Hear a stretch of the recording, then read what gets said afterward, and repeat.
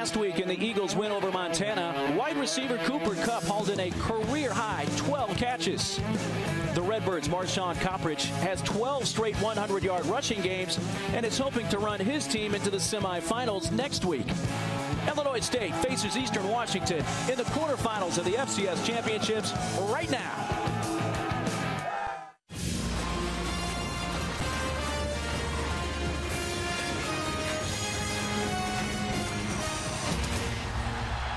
Welcome to the NCAA FCS Championship quarterfinal presented by Northwestern Mutual.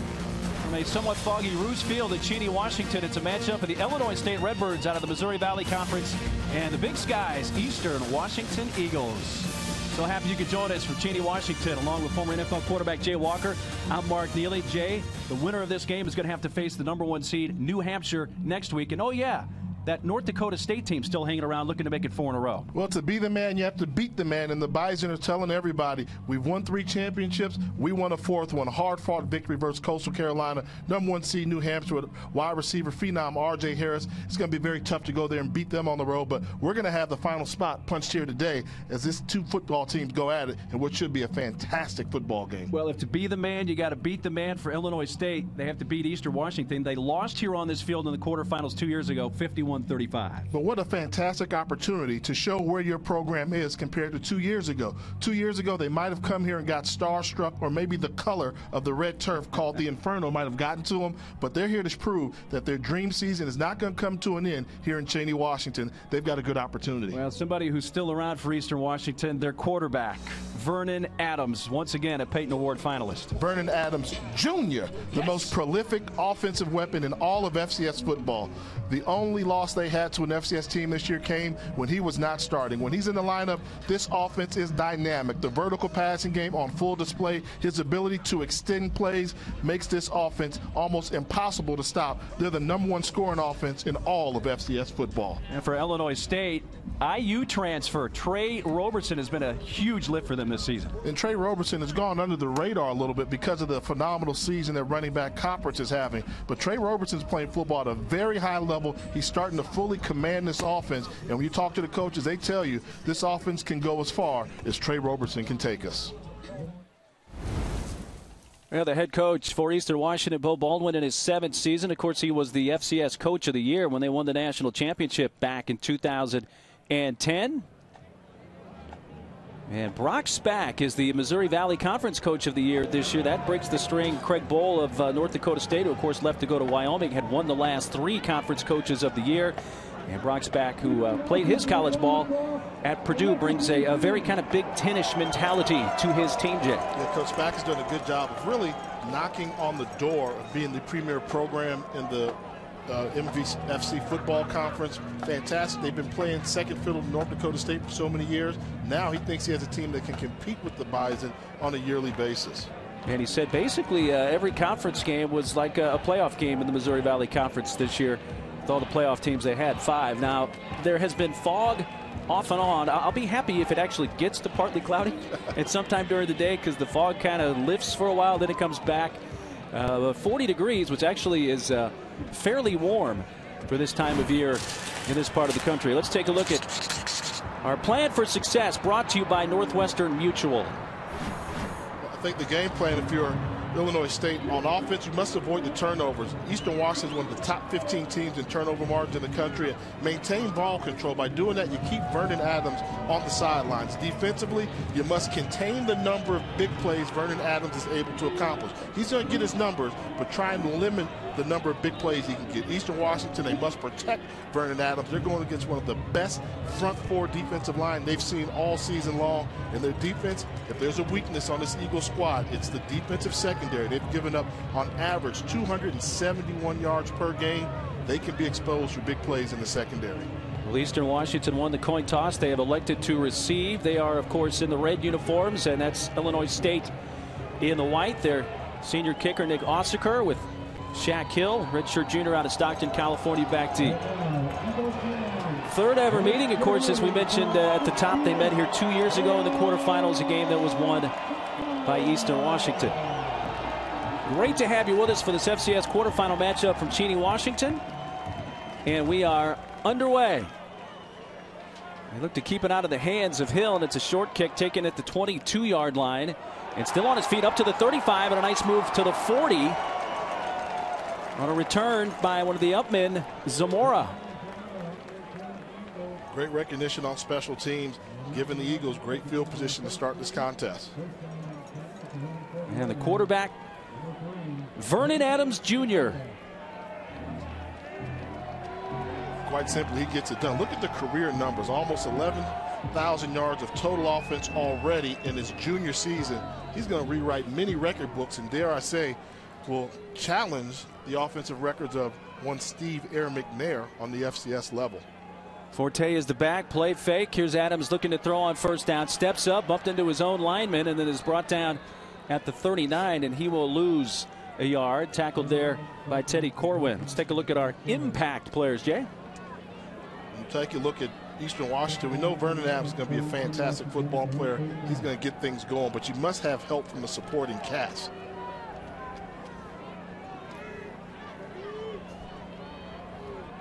So after a loss, it is second down and 11. Adams looks left, throws off the hands of Hill, who may have heard some footsteps as Dante McCoy was in the vicinity covering, and then McCoy and Hill with some words for each other. Take a look at Cooper Kupp, the wide receiver, All-American wide receiver. He's the go-to guy for Vernon Adams. He has 14 touchdowns on the season, which is a lot. And Mike Banks, the cornerback for Illinois State, they like to line him up man-to-man. He's been a 4-year starter for the Redbirds, and they think, although he's small in size, he makes up for it with his instinct on the football field. Yeah, they love him as their best cover cornerback. On third down and long, Adams stumbling, rolls out, throws deep, looking for Kupp, waits for it, and a flag. Well, this is what Vernon Adams does well, the ability to extend the play. We talk about being a dual threat quarterback. He doesn't look to run. He looks to find escape hatches so he can extend the play. Pass interference. Defense, number 1. 15-yard penalty from the previous spot. Automatic first down. Tevin Allen called for the pass interference. Really, Adams, though, if he puts more zip on that ball, I mean, Kupp had several steps. That could have been a touchdown. He was scrambling there, and the ball didn't get out there far enough, but that tells you, 1, Adams has the ability to extend the play, and 2, Kupp has the ability to get behind the secondary of Illinois State.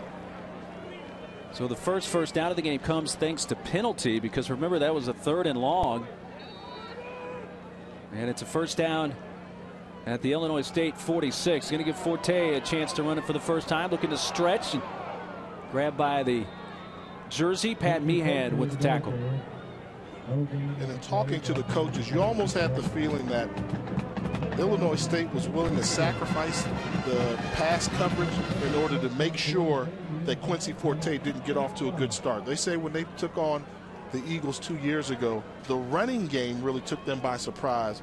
And I don't think you're going to see that happen this time. They're going to key in on the rushing attack for Eastern Washington. No gain on that last play. Second down and 10, and then some movement.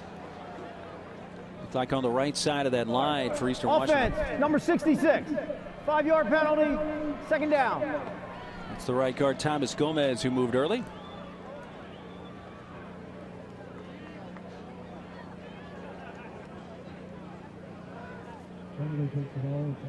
So Henry Wimberg, our referee. This is a Colonial Athletic Association officiating crew here today in Big Sky Country. Second down and 15, ball back in midfield.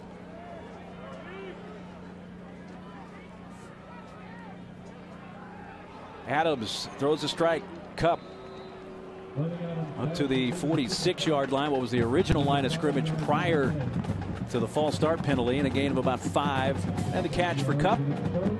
His team leading 95th catch of the year. Remember last year he set the FCS freshman record for receptions, Jay, with 93. And well, he's better than that in his sophomore year. What happened to the sophomore slump that we always hear about? Not with Cooper Kupp. Continues to get better, and surprisingly for a receiver his size, very quick in and out of his break. 6'2", 185 pounds. They're going to convert a 3rd down and 9, and dumped off, and oh, was that intercepted? No, incomplete. Shane Glass nearly picked that off after it went off the fingertips of the intended receiver, and it's 4th down. trying to disrupt the timing of the passing game. And you see Adams has to get rid of this football a little bit quicker than he's used to, and that close to being an interception. Off the fingers of Cup, nearly picked off, and Eastern Washington to punt here on their first possession. Jake Miller. And back deep, Lachine Neblett standing at his own 10, the left-footed punter. Miller gets it away, and the fair catch called for. He'll let it bounce over his head, and they will not be able to down it. It's into the end zone for a touchback. Eastern Washington had a golden opportunity there to pin Illinois State in deep. 45-yard punt.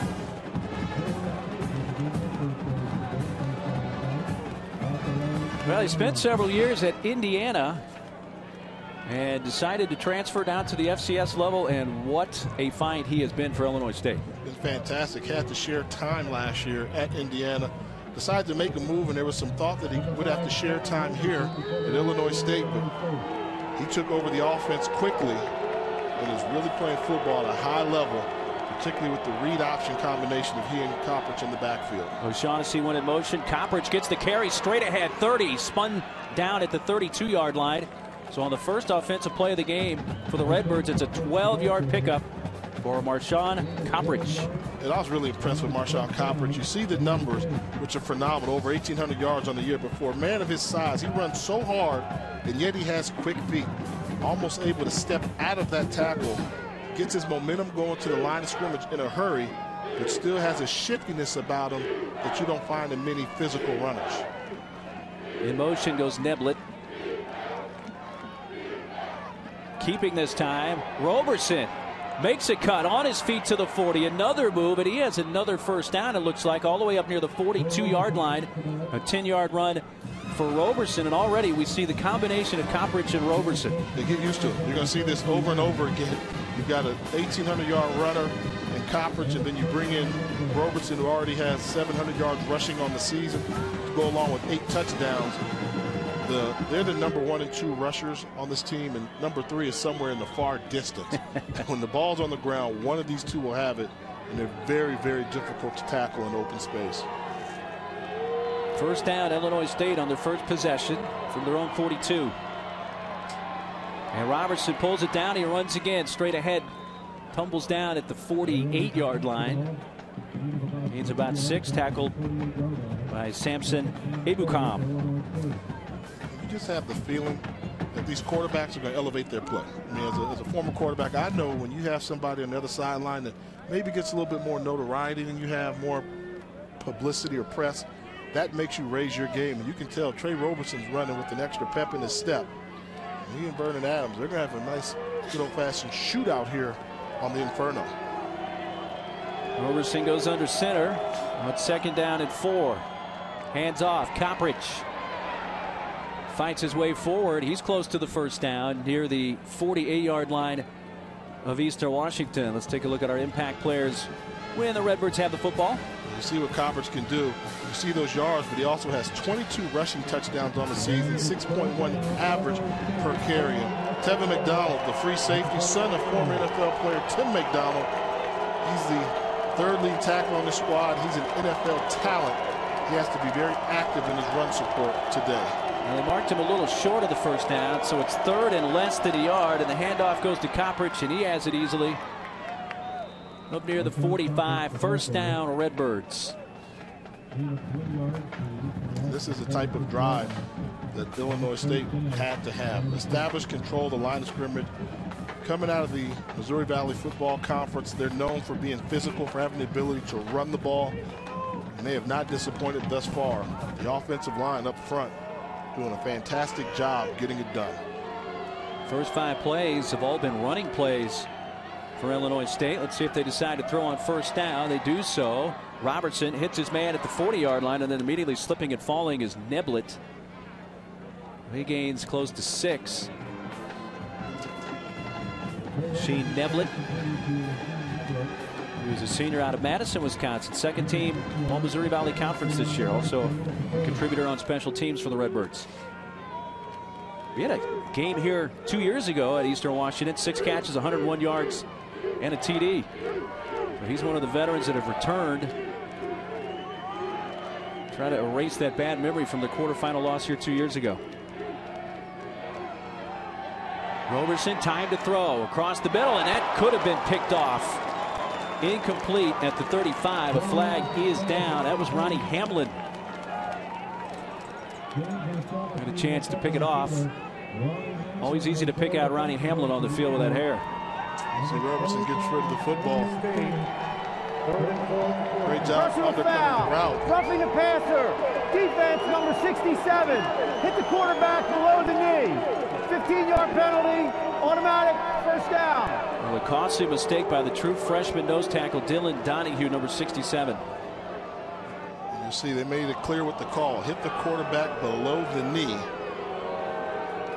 Close, questionable, might have started on the thigh, but the rule of college football and pro football for that matter is safety on the quarterback position.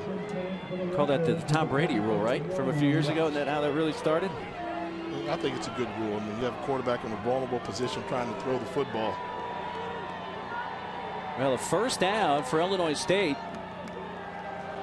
on the 25-yard line of the Eagles.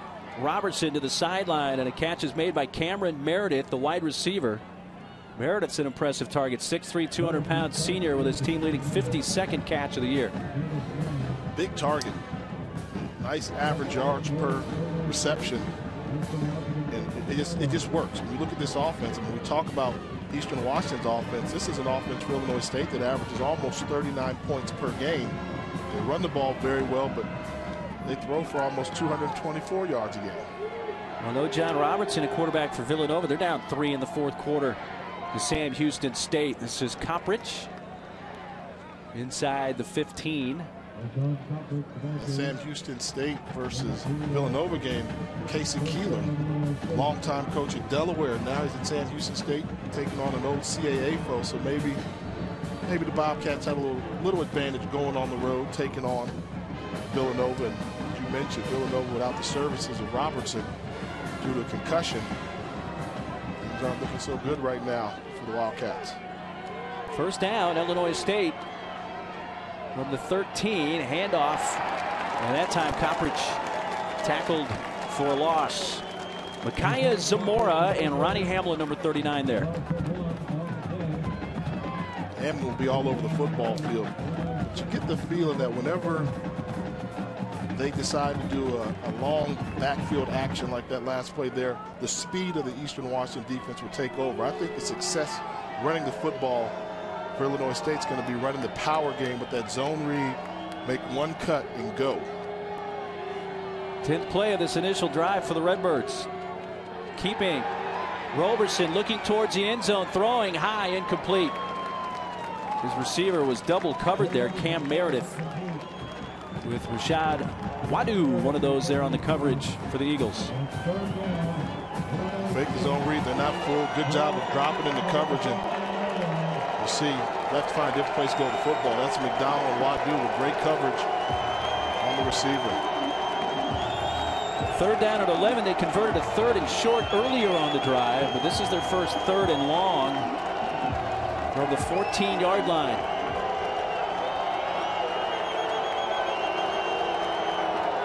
McDonald, the receiver at the top of the screen. In motion was O'Shaughnessy, the tight end. Going towards O'Shaughnessy, and that's incomplete. That ball sailed on Roberson and had Raines, the safety, but looking at the ball instead of the intended receiver. He might have picked that one off. And this was a drift. They thought that O'Shaughnessy was uncovered like a blown coverage. So O'Shaughnessy does the right thing. Stop. Get me the ball so then I can run upfield. But you see Roberson leads him upfield towards the safety. I think that's a mistake on Roberson. O'Shaughnessy did the right thing. Stop, get the ball, make somebody miss. Nick Ossaker out of the hold of Scott Kewen. 31-yard attempt and knocks it through. So Illinois State does pick up points on their first possession with the field goal from senior Nick Ossaker. So each team has had the football once so far. 7:37 to play in the first. 3-0 Redbirds. The NCAA FCS Football Championship is brought to you by Northwestern Mutual. Illinois State using a 12-play drive, 66 yards in just over 5 minutes. The 31-yard field goal for Ossaker. And for Illinois State, playing in their 13th game of the season, Jay, that's the 9th time this year of the 13 games they've scored on their first series. Productive offense. We talked about Eastern Washington's offense. This is not a bad offensive unit. They're in the top 10 in total points, so that lets you know they have the ability to put points on the board. Just wonder, in this football game, if it becomes a shootout, who's going to have more bullets in the gun? Osseker kicking off, Hill deep. Osseker kicked short last time, and he's going to kick short again. Taking it to 26-yard line, up to the 35. Hill has a 90-yard kickoff return for touchdown this year, so I assume that's the reason he's garnering so much respect. That time, Jake Gall, one of the upmen on the return. Rock Spack, who's Redbirds have the lead, and here comes Vernon Adams Jr. By the way, Vernon Adams III was born in June. And they call his young son Cash. Cash. With a K. K-A-S-H. Handed off straight ahead. Forte to the 40-yard line. It picks up 5 on first down. You can see how Eastern Washington, they're going to try and force feed the run. The numbers don't dictate that you run the football. Illinois State's keeping 6 men around the box, saying you have to throw it. They still decide to run. Adams going deep in double coverage, tipped incomplete. The intended receiver, Corey Mitchell, who was double covered by Dante McCoy.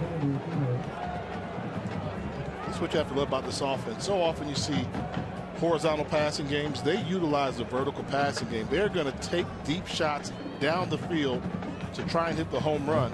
That's a lost art in today's college football landscape. So Mike Banks also back there on the coverage. He had the primary coverage. 3rd down and 5. Adams 1 of 4 through the air so far, 6 yards. Tries to improve on that.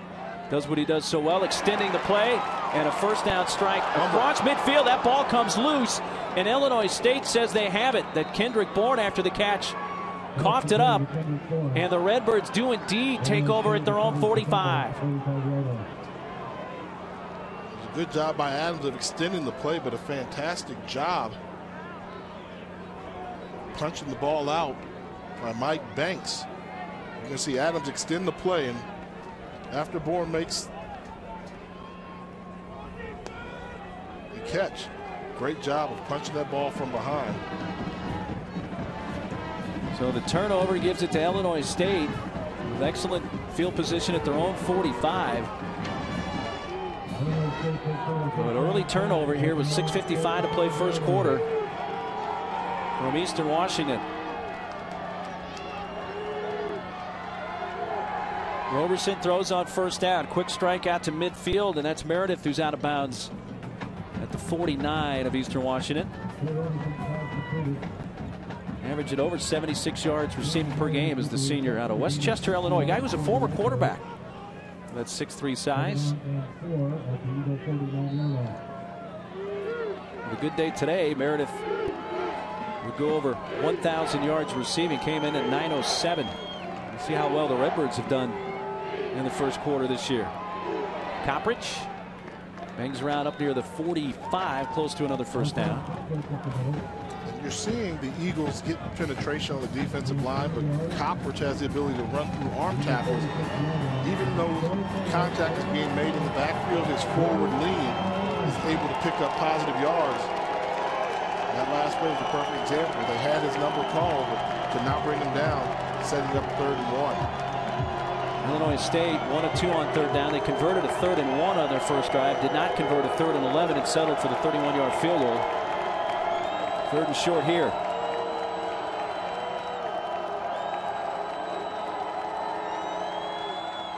Coppridge. First down, a lot more. It may go. And there is the touchdown saving tackle by Todd Raines at the 20.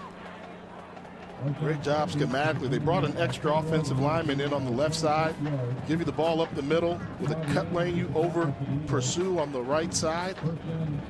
Touchdown saving tackle in the secondary by Todd Raines. But I told you, Coppridge has the ability to run hard and enough wiggle to make you miss. That's a pretty dangerous combination to have in the backfield with those type of talents. Got to have some wiggle. He needed 1 for a first down. He got 26. He has 7 carries, 49 yards already. Play fake. Roberson throws at the 5 and incomplete for John Mark Anderson. No, they're saying he got that at the 5. Completed pass. Say he is out at the 7. It'll be first and goal. Kind of hard to see through the fog at times. Definitely getting foggy. You see the throw. Leads him a little bit, but great job making the catch. Knee is down. That's a catch. Roberson, not an easy throw. Rolling out to his left, having to throw across his body. Now don't adjust your TV, folks. And I know in this day and age we don't do that much anyway, or your computer if you're watching on that, but it is fog here. They're going to take a look at this with the replay official, but what we just saw, this is going to be a catch and a first and goal. Well, is it, you say don't adjust your eyes for the turf or for the fall? Well, either one. It's quite a combination. Take another look at. He's got the ball. He's holding on to it. He completed the catch. Move. Yeah, no movement on the ball. Gives it to the official right away. That's everything you have to call that a catch. And the rule is if you leave your feet, you must maintain possession of the ball and have the ability to give it to the official as soon as you get up. I think it was all right there. So this call should at least stand, if not be confirmed by the booth. And regardless of how this drive ends, Jay, yeah, they say it is confirmed. To this point, right now, Brocksback's Redbirds have made the early statement in this game with their offense. They wanted a piece of Eastern Washington. You could tell just in talking to them. And they thought their defense would do a good job, and offensively, the offensive line is really controlling the line of scrimmage, having their way with the front 4 of Eastern Washington. That could be a problem throughout this contest.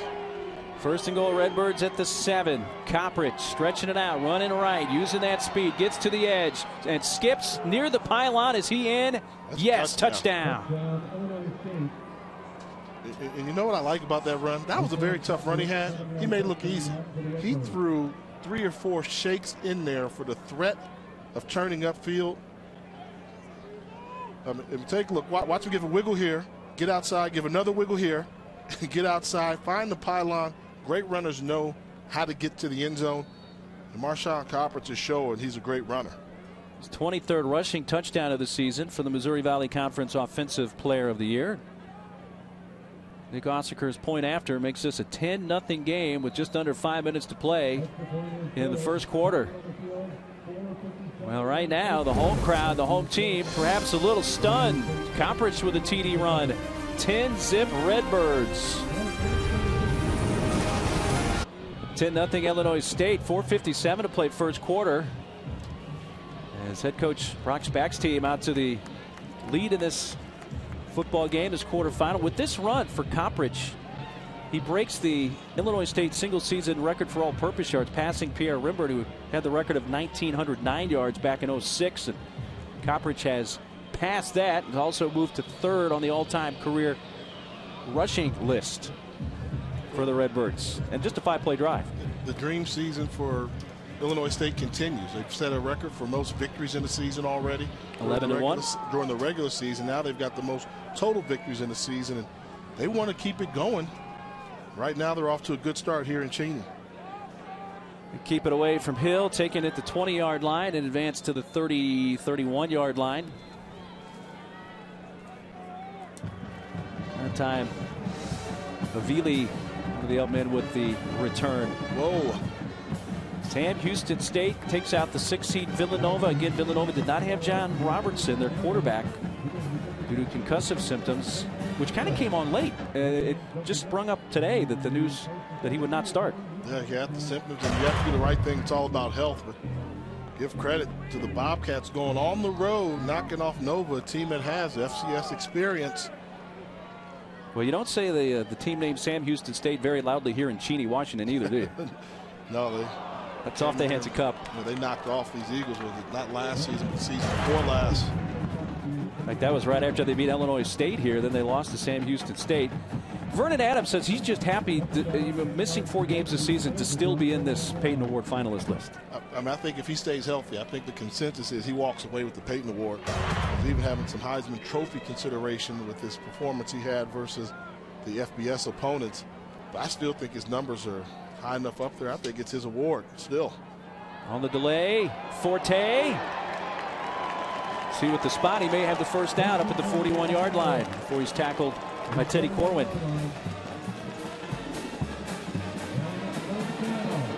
Now starting to run the football. A draw trap in there.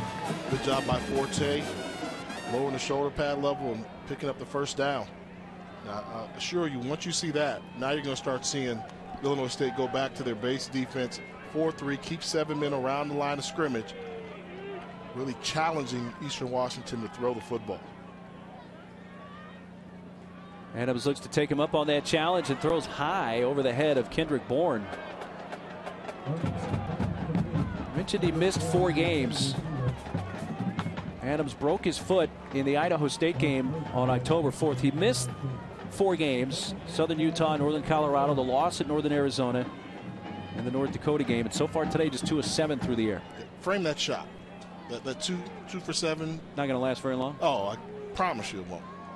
You know, they're coming out a little bit rusty, but this offense a little bit off rhythm right now, but it doesn't take much for them to jumpstart and score points in bunches. Hill in motion on 2nd down and 10. And a timeout called by Eastern Washington. I think your point that they're just not in sync right now offensively.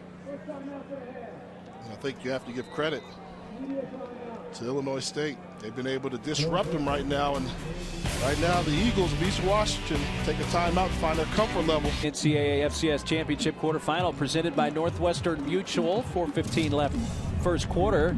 The reason Eastern Washington is here, they were able to hold off Montana a week ago, but the Big Sky Offensive Player of the Year got to go up against the Big Sky Defensive Player of the Year. And at the end, the Eagles able to win a rematch, which is never easy to do, particularly in postseason. Hard-fought contest, and Montana, good football team, couldn't get the job done here in Cheney. Forte running right, turns it back upfield and gets near midfield, about 2 or 3 yards from the first down. It's going to break up a 3rd and short. Dante McCoy, senior, with the tackle. One of their vocal leaders, McCoy, on the Redbird defense. And we're starting to see the Eagles' rushing attack find creases in the defensive line of Illinois State. The strength of this defense for Illinois State is their front 4. They don't bring a lot of pressure from their linebackers because they said, quite honestly, our front 4 defensive linemen have always found a way to get home during the regular season. No need to change. Eagles 0 of 2 on 3rd down so far. Had converted a 3rd down on their last drive, but then the completed pass to Bourne was fumbled away, going for Cup, and Cup makes the catch. Run out of bounds at the 10. You talk about a perfect pass, perfect placement. Glass had nice coverage, but the catch by Cup, big gain or first down. They make you defend the whole field. You're thinking 3rd and 1, they're going to throw the ball short, pick up the first down. No, they get their best wide receiver on a deep route downfield, and those are those explosive plays we said that Illinois State must limit from Eastern Washington. It picked up 39, and look at this run. Forte not to be denied. No, they're going to call him down. They'll review that. That should be a touchdown. The field judge is saying he was down, or the side judge is, but I'm with you. First sight, I thought he was in. Finding the creases. They've been able to find creases, and he's just going to keep his legs churning. That knee is down in the end zone. They're going to take a look at this one, and this should be a touchdown. Forte's down on the field pointing. Look up top. A great view there. You can see his knee came down on the white line. Prior to scoring is under further review. So it'll go upstairs to the replay official. Was there enough, though, what you saw? Because there's a lot of bodies in the way there, Jay. Was there enough to be 100% sure that he was in? I think so. And if you see one look, the only thing you may see is, was he down like a yard out? But I think if you go by where that knee went down, if you're saying the knee is down right there, maybe that would be about a yard out, but I don't think so. His momentum lands him in the end zone. McCoy tried to strip it out, spun him around. It's right there. I think, no, that knee doesn't touch the ground. That's a touchdown. That should be a touchdown. See, I was wondering right there, but it doesn't. When you see the other angle, you can tell that knee is not down. He extends it, puts it on the goal line. Which you can do, Jay. We've seen officials use a combination of looks. If you don't get the perfect look with one, you can anticipate what you see from one angle and put it on to another. Does that make sense? Yeah. I think that's what they should do in this case for the After touchdown. review, the runner's knee did not touch the ground. Touchdown, Eastern Washington. Like I always say, as long as they get it right. The system works. It can take as long as you need. These coaches and players work so hard with the game plan. You just want them to make the right call on the field. And technology helps confirm what you missed. This is right. This is just a good hard run. Quincy Forte keeping his legs turning. And that extra push from the lineman, number 78, Clay DeBoer, gets him in the end zone. 9-yard touchdown run.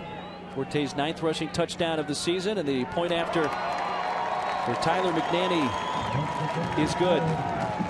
And I like the explanation from the referee, Henry Wimberg. He said his knee was not down, so kind of gives everybody an idea what they were looking at, and it's a touchdown for Forte. Yep, it's the right thing, but what about Eastern Washington? Is that typical of them? I mean, 3rd and 1. And this offense they had, they put so much pressure on the defense because of the threat of the long ball. I mean, so often when you go on sideline to sideline, you just keep everything in front of you and make a tackle. Well, versus Eastern Washington, they're trying to figure out ways to get wide receivers behind you, kind of like the CFL offense has, where you must defend the whole field. Bo Baldwin, not afraid to take chances. 3rd and 1, going for the deep shot to Cooper Kupp, rewarded with the big play, and Forte caps it off for the touchdown. All of a sudden, the Eagles have cut this lead to 3. Scoring with 3:12 left in the first quarter, so that's now 45 consecutive quarters that they've scored points in. 6-play drive, 69 yards. Took only 42 seconds to the 9-yard touchdown run for Quincy Forte. Taken from the goal line, Tevin Allen, 30, runs by the kicker, 40, out of bounds at the 45. Allen was a 95-yard touchdown kickoff return for touchdown against South Dakota State this year with a nice return. Allen's a football player, the senior from Fort Lauderdale, Florida, the starting free safety on defense, but showing his athleticism in the return game. Almost able to run through that tackle for a bigger game, but you have to play offense, defense, and special teams if you want to have success in the FCS playoff. From their own 45, 3:03 left first quarter. Roberson throwing on first down to the sideline and stepping out of bounds at the 48. Rasheen Neblett. Right when you want to start to question some of the play selection, because you can fall in love watching Coppers run the football. Like, just give them the ball on 1st and 2nd down. It'll make good things happen. But offensive coordinator Kurt Beathard, good job realizing he's got a quarterback that has a nice release, and there's a reason why their offense is so balanced, and the threat of a balanced offense really drives defenses crazy. If that last name Beathard sounds familiar, yes, he is the son of NFL legendary GM Bobby Beathard, now retired. Roberson to the 46, stopped by Zach Johnson. And that's why having an athletic quarterback is so important in today's college football. This play should be stopped for a loss. Mix up here, they've got 2 bodies there, able to pull it out of the stomach and pick up positive yards. It's a great job by Trey Roberson, and the athleticism on display on a play that won't do much in the statistical column, but it really does help your offense. 2 of 3 on 3rd down today are the Redbirds. 3rd and short, 3rd and 2 from under center. Option keeps it, 1st down. It's a hard play to defend right there on the edge, and when you got Coppers there. Pick your poison. Yes. Yeah, I mean, do you want Coppers to break one for you? Or do you want to allow Roberson to pick up 3 or 4 yards needed for a 1st down? I mean, they really are a dynamic 1-2 punch in the backfield for Illinois State. 1st down Redbirds at the 43 of the Eagles. 10-7. Illinois State leading late in this first quarter. In motion, Scott Kewen. And a handoff. Coppridge that time stopped for no gain. Ronnie Hamlin. And number 47, Cody McCarthy on the tackle. McCarthy, a senior, 4-year player here for the Eagles. Big Sky honorable mention last year and this year. One of their leading tacklers coming in.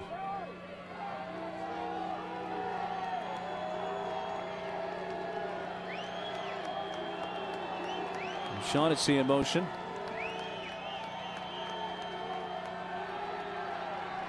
Roberson dumps it underneath. Coppridge upended. He falls forward near the 36-yard line. That's going to bring up a third and about 3. Micaiah Zamora, number 49, with the tackle. That was a big tackle because Coppridge had built up speed and momentum. Zamora had to lay out on that tackle, tripped him up just enough to slow down Coppridge, stop him from picking up more yards. Zamora paid the price. He limps off the field. 3rd down and 3.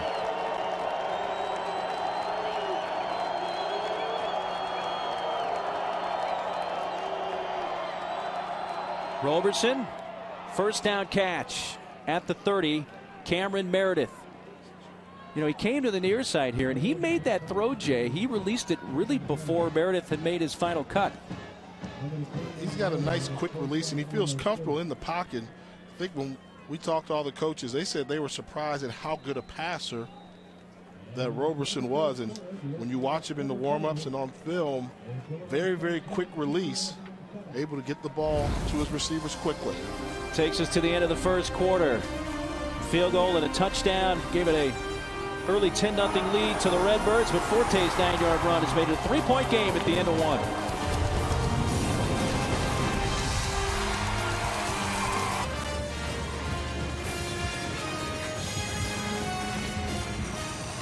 Welcome back to the NCAA FCS Championship quarterfinal presented by Northwestern Mutual. Into the 2nd quarter from Cheney, Washington. Illinois State leading Eastern Washington 10-7. Illinois State with a 1st down at the 29-yard line of the Eagles. Here's a throw. He has a man open. Complete. John Mark Anderson inside the 5. 1st and goal, Redbirds. Great job on the zipper route. Just 3 verticals splitting. You see John Mark Anderson. He's running right up the hash mark. Good job of finding the zone and sticking the throw in there before the defense can get there. 26-yard gain. 1st and goal from the 3. If you think Trey Roberson's just a runner, then you're missing the point. I mean, he is picking apart this defense with the passing game, going the right place with the football. Take a look at that. What was the key I said for Illinois State? Ball control. 2-1. They're doubling up. Eastern Washington right now. Straight ahead, powering and into the end zone. They give it to the fullback, Brady Tibbetts.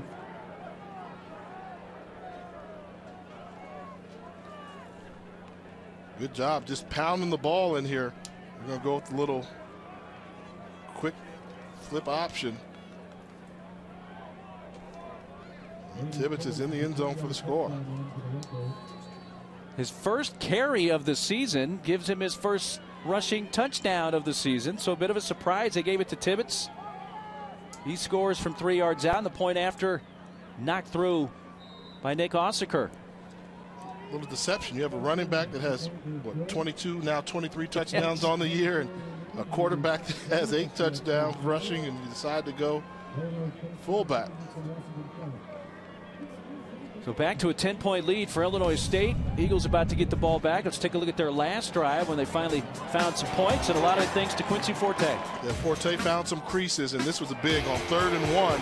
Perfectly thrown ball to Cooper Kupp, and then Forte starting to feel it. Nice hop step, powers into the end zone.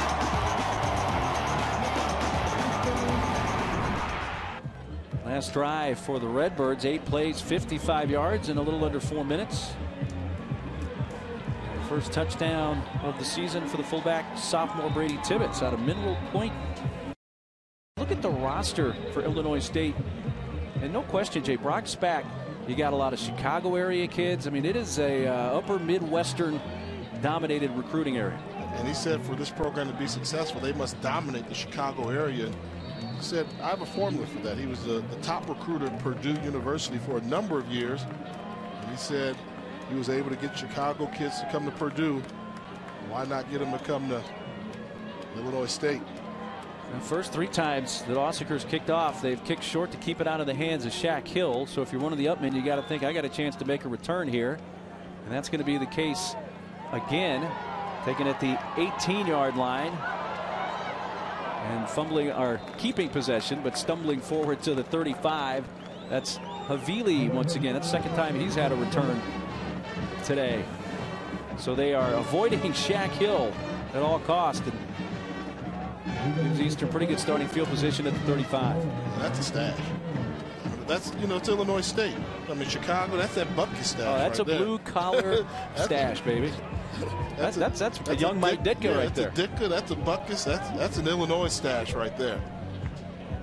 This year's Missouri Valley Conference Coach of the Year, Brock Spack, who told us, you know, it was like a playoff game every week in the Missouri Valley Conference, and since they sent 5 teams, I think he made a good statement there. An accurate one. We're going to run the jet sweep with Hill, and a whistle stops the play. Full start. Offense, number 82. 5-yard penalty, first down. First time that 5 Missouri Valley Conference teams have reached the playoffs. And I thought one of them was a little iffy. You know, I said it on the selection chart. I wasn't so sure about the resume for Indiana State getting in with 7-5 football team. I know the Missouri Valley is a great conference, but the team loses 4 games in conference and they get a chance to make it the postseason. 3 penalties, 25 yards now for Eastern Washington. And quarterback draw, keeping Adams to the 34. I will say this about the Missouri Valley. They are definitely making their claim where they are becoming the premier conference in FCS football. I think for years it was the CAA conference, but now the Missouri Valley with their physical brand of football, speed on the outside, strong interior linemen, starting to become one of the dominating conferences in FCS football. Adams looking left, throws in that direction, a completed pass. Bourne still stayed in bounds. Slides down at the 46-yard line. First down, Eastern Washington. 18-yard gain. Going back to Kendrick Bourne, give him an opportunity to make up for the fumble he had earlier. And you see Bourne has some shake there. Good job making Mike Banks miss and able to pick up some extra yards after the catch. Right back to the line. Quick snap. Adams going to take it himself. Nope, still has the option. Was not beyond the line of scrimmage and just flips it out of bounds. And that's where the quarterback leadership for Vernon Adams shows up. They wanted to take a deep shot downfield. Great job by the secondary of Illinois State. No one was open. Don't take an unnecessary hit. Don't force the ball downfield. Get rid of it, live to fight another day, bring it up 2nd and 10. Winner of this game plays number 1 seed New Hampshire. North Dakota State. The winner today, they will face Sam Houston State. Of course, North Dakota State out of the Missouri Valley Football Conference. Quick pass, strike to Mitchell, Corey Mitchell. Out of bounds at about the 42. A weird quirk of the Valley schedule, though, this year, Jay. North Dakota State and Illinois State did not play each other. They did not, and that's one of those things where we talked to coach and said, well, wouldn't it be something if you all finally played each other in Frisco, Texas, to really battle it out? They shared the conference championship this year. But you have to call that a small victory for Illinois State because of the dominance that North Dakota State's had in that conference. You take a championship any way you can get it. 3rd down at 5. Adams, first down strike. Across the chains at the 34-yard line, finding Corey Mitchell, who turned 27 years old yesterday. He's the older brother of Bo Levi Mitchell. The older brother? Yes. How old did he turn? 27 yesterday. Here's a run. Jabari Wilson in the game. First carry for Jabari. He had a big game at Portland State. The coaches really took note of. Redshirt sophomore out of Carson, California, Jabari Wilson. Eastern Washington running up-tempo offense right now. They feel they have Illinois State on the ropes. All right, back to Wilson. First down at the 21 before he's tripped up by Teddy Corwin. You see Vernon Adams there. Keep it going, keep it going. They think they have the entire defensive line. They're trying to wear them out. Wilson, that time wrapped up for only about a yard. See, now this is where I say you have to get up and do the hurry-up offense again. Just because they stop you one play, you don't slow it down. They made a tackle. They used extra energy.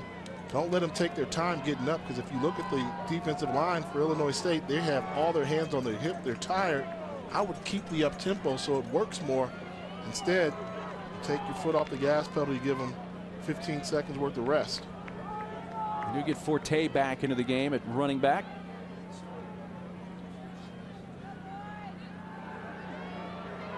Plenty of time going to the end zone. Back in the end zone, broken up. Going for Cup. Tevin Allen got there. A little help late also from McCoy.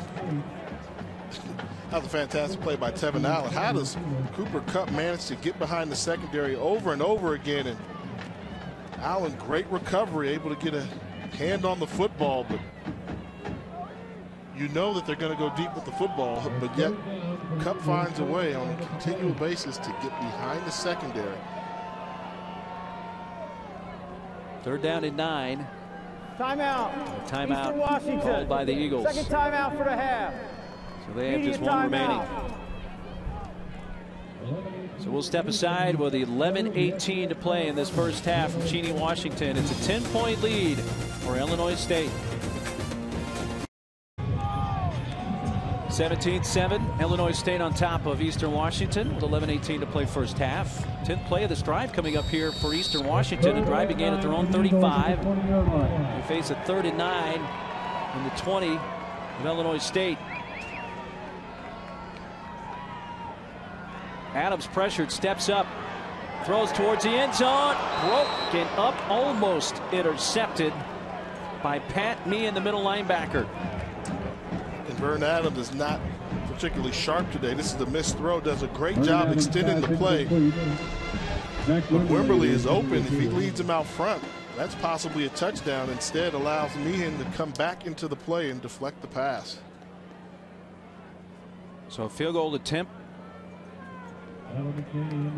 Tyler McNanny is long this year, is 43 yards. This is a 37-yard attempt off the left hash and out of the hold of Connor Richardson. Good snap, ball down, kick is away, and it's plenty good. Eastern Washington has not missed a field goal attempt all season. As a team, they're now 12 for 12. So when Bo Baldwin decides to kick a field goal, it has been 100% successful, and that makes it a 7-point game. Well, looks like the fog is lifted here in Cheney, Washington. I don't know if the fog is completely lifted, though, from the Eagles' offense yet, though, Jay. Though they are able to cut this to a 7-point game, they just have really not seemed to find their rhythm. Yeah, they've got 10 points, but they've missed some opportunities for touchdown, keeping drives alive. They need to settle down, but give credit to Illinois State. Their defense has really stepped up and tried to disrupt the Eagle offensive attack. Tevin Allen brought down at the 35-yard line. Well, the winner of this game will be facing the #1 seed New Hampshire either on the 19th or 20th next week. And North Dakota State, the 3-time defending champ, has Sam Houston State coming to the Dome. And I think for Eastern Washington, I've always thought that playing on the Inferno, one of the best home field advantages in postseason play. Going to New Hampshire will not be easy. I mean, can't think of a further geographical trip they would have to take. And going to New Hampshire, you know there will be some snow somewhere in that forecast. You and I were here last year for the semifinal matchup when Towson came back late and beat the Eagles to end Eastern Washington's season. Here's a handoff, and there goes Coppridge before he's tackled just shy of midfield by Tevin McDonald. Man, he gets going in a hurry. The ability to find the hole, great vision, one cut. See that cut, and he's running north-south and almost able to run through the tackle. Tevin McDonald. But give credit to the offensive line for Illinois State. Fantastic job. 14-yard run a moment ago. So he's up to 70 rushing yards. Once again, Coppridge pulled down at the 46, 47-yard line of the Eagles. He has 3 carries, though, today of 12 or more yards. He's a special running back. Junior from Victorville, California. getting an opportunity to play on the West Coast somewhat, making the most of it. Tough to bring down and really runs hard. And credit his work in the weight room during this offseason. Added about 10 pounds, gave him the ability to run through arm tackles. Motion Meredith here to the near side. Robertson kept it. And he's tackled at the 44-yard line. But Coppridge paid a price. He got hit hard. The crowd reacted to that. I'm not sure if the crowd thought that Coppridge actually had the ball and was tackled, or they just enjoyed the hit. Well, they just decided to attack the ball carrier. If that's your assignment, that's who you hit. Good job of just coming off the edge. They called a run blitz. It was the outside linebacker and they're on a hit.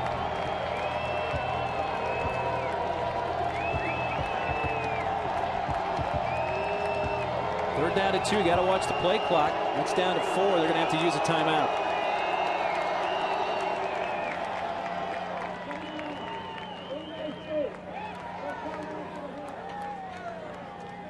Illinois State last week, the win over their Missouri Valley Conference brethren. Northern Iowa beat them 41-21. That was a rematch. That was a tough matchup. Northern Iowa is out of the same conference as Illinois State, and Northern Iowa beat them during the regular season. Only loss of the year for the Redbirds. And they were able to come back, so that wasn't an easy opening round game for the Redbirds. We give them credit for dominating that football game. Illinois State, located in Normal, Illinois, founded in 1857, and enrollment about 20,000. Now that was the record last year. Actually, their 5th appearance in the FCS playoffs. That's what it is. It's their record in the postseason. We talked about this. See if folks in the truck know. Famous alum from Illinois State. Who would it be? Who would it be? Tell you after this play. I wonder if anybody else has been doing their homework. Third down and 2. Coppridge. I don't think so. Only got about 1. And if he's short, I think you go for it. I mean, you run the ball extremely well. You've got the ball across midfield. You have to go for it with a running back like Coppridge and a quarterback like Roberson, so athletic. You think on the road, we can't pick up a yard, we're in trouble. Redbirds 4 of 6 on 4th down this year, so 67%. 4th and 1 from under center, Roberson. Keeping. It's going to take off around the edge and have the first down. Down the sideline, out of bounds near the 30. Legs have it. I mean, they were there for the play action. You can see they tried to sneak the fullback out into the flat. He was covered. Becomes a foot race to the outside between Zamora and Roberson. And he's able to get on the edge and pick up the first down and then some. Stepped out at the 28. First down there for Illinois State. Going back to Illinois State, famous alumnus? Well, basketball-wise, you got Doug Collins. Doug Collins. Jersey's retired there. Roberson throwing on first down towards the end zone. Boy, that's going to be dropped at the goal line, but it'll be pass interference as Farmer, his defender, had him by the shirt tail and was not letting go. That was an easy pass interference call. Pass interference. Defense, number 27. Penalty will be half the distance from the previous spot. Automatic first down. Victor Gamboa called for the pass interference. You know, Farmer only has 3 catches this year. They targeted him here. Yeah, what I like is the location of the throw. Rather than pull the tight end to the sideline, watch him throw it more upfield. He recognized the defensive back was underneath, anticipating the throw outside. He led him up the field, therefore giving his receiver an opportunity to make the catch, and 2, putting the defensive back in no man's land, helping get the penalty. Joe Farmer, the tight end, the intended receiver. Farmer for Illinois State is actually a guy from the state of Washington. Snoqualmie, Washington, Mount Si High School. First down from the 13. Coppridge to the edge. Ronnie Hamlin got his arms on him and pulls him down. Boy, Ronnie Hamlin, he's a senior now. That trademark long hair, leading tackler once again. Had a punt block last week early in the game against Montana to help set the tone of that one. People familiar with Big Sky football will wonder who has longer hair, Hamlin or Zach Wagenman from Montana. Wagenman's got some hair, and that's not a good sign for Illinois State. Coppridge to the sideline will be looked at. Keeping. Roberson. Did you see the difference there? Right away. I mean, Coppridge leaves the game. You're used to getting the running back at a certain speed on that read option. In this play here, the timing was never quite right. They go to the backup, Lewis, and the timing wasn't there, disrupting the whole play. Looking at the left ankle, left foot. Maybe they're just taping that part up, or can we get a look? 3rd down and 4. So they can get a first down without scoring. And back is Towns, by the way, Jamal Towns. Throw it, let Roberson create. Looking toward Meredith, goes to his side. Wow. Are you kidding Touchdown. me? Boy, he made it look so easy. Cameron Meredith with his 9th touchdown grab of the season. This looks like Chris Carter, one of my old teammates. Is this a one-handed grab with the defensive back draped over him? Watch him reach out with the left hand. Wow. Secure the ball. Those are hands. I mean, look at this. Never touches it with his right hand. Makes the catch. Got both feet in. That's a big-time catch. Cameron Meredith. And Illinois State, without Coppridge at the end of that drive, find the end zone. And the point after makes it a 24-10 game. Well, maybe a Sports Center top 10 highlight with this catch by Cameron Meredith. 6.5 minutes still to play first half. It's a 2-touchdown lead for the Redbirds.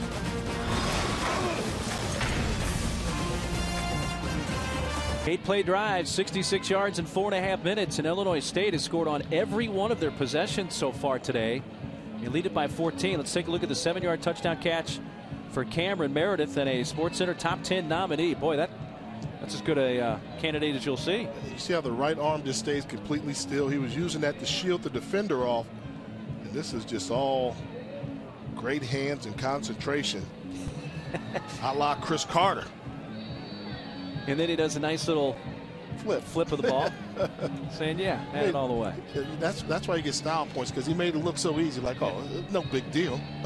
That was a sweet catch.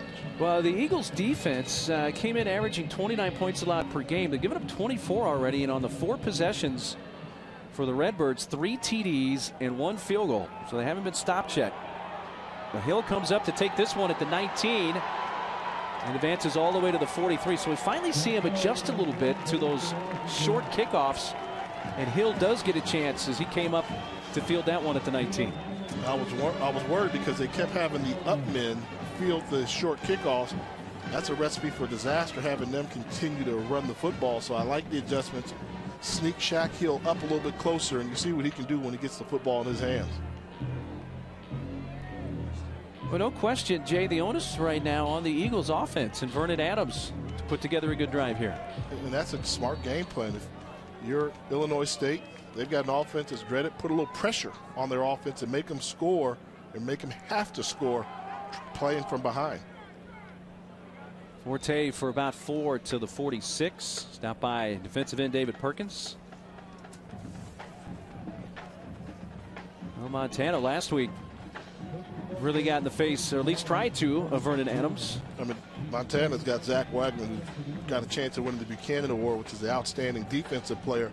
Able to force him out of the pocket, but Adams, he has the ability to extend plays, but you don't want to do that on a continual basis. And their front 4 from Montana able to get him out of the pocket. Here comes the blitz, the pressure, but he finds Shaq Hill. Close to a first down up to the 48. Tackled again by Perkins. But the pressure was on. They came right up the middle at Adams. And that will have Illinois State stop blitzing. Because if you're going to blitz and they call a screen pass, they almost gashed him for a big play. That'll earn your respect. So I wouldn't look for Illinois State to go back to that blitz too often. 3rd and 1 from the eye. Play fake, and Adams incomplete and a late flag. Well, Jake Whitnell, the tight end, was the intended receiver, and Banks was the one covering. And the contact before the ball got there brings out the flag. And I think it's not pass interference. It should be holding. Holding, okay. Because the ball wasn't necessarily pass catchable. Interference. Defense, number 24. Ball be placed at the spot of the foul. Automatic first down. And Adams is almost just throwing it up there high. There's contact. The ball's downfield a ways. I think it's more of a defensive holding than it is a pass interference. But either way, it's going to be a first down for Eastern Washington. On the 35 of Illinois State.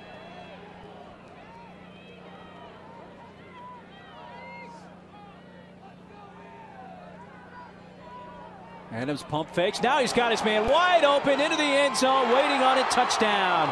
Cooper Kupp. His 15th touchdown catch. There is a flag down back at the 40. So hold on a moment. Holding. Offense, number 65. 10-yard penalty from the previous spot. First down. Right tackle Jake Rogers, who really is one of their better pass blockers, called for the hold. There'll be some matchup problems on the edges. David Perkins and Teddy Corwin are two really good defensive ends for Illinois State. In this case here, it's... I don't see much there. Anytime you have a defensive lineman turn his back to the offensive lineman, pretty tough to get called for that. But once again, how does Cooper Kupp was going to ask you that. Manage to get behind the secondary? Double moves. They do a lot of double moves in the secondary, and they know that Vernon Adams can escape enough to give him time to develop. And that call for now cost him a touchdown. It's 1st and 20. Catch made by Kendrick Bourne. You see the pump fake there. Once you fall for the pump fake, that's how you get 6-7 yard separation from the defensive back. 2nd down and 10.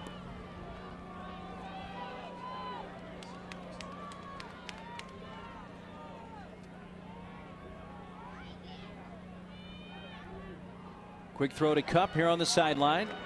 Pushed out at the 27 by Alex Donnelly. And I will say this about Illinois State and their game plan. One thing I've noticed about Eastern Washington, they get frustrated if they're not throwing the ball downfield. So that last completion, most offenses would love that. 5-6 yards and no threat of an interception. For Eastern Washington, if they're not throwing the ball downfield, they're frustrated. 2 of 5 on 3rd down, a 3rd and 1, and a flag.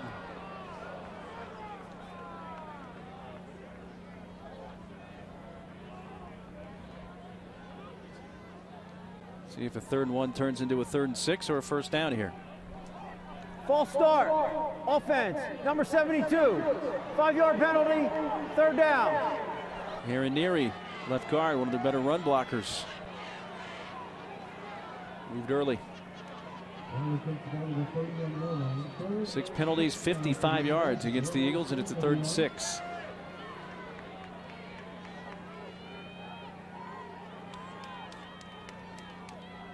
They bunch 3 receivers at the top.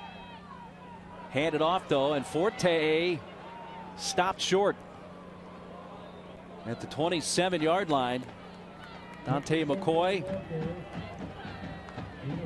Well, they decide to call that play. They'll let you know it's 4-down territory for them. If you're going to call the run play and not put it in Vernon Adams' hands on 3rd down, you must be thinking ahead of time that you're going to go for it on 4th down. 18 of 28 on 4th down this year, 64%. This will be the first 4th down attempt for them today. Don't be surprised if Eastern Washington decides to go up top. This is a very aggressive offense. Adams, short pass. Kupp caught it.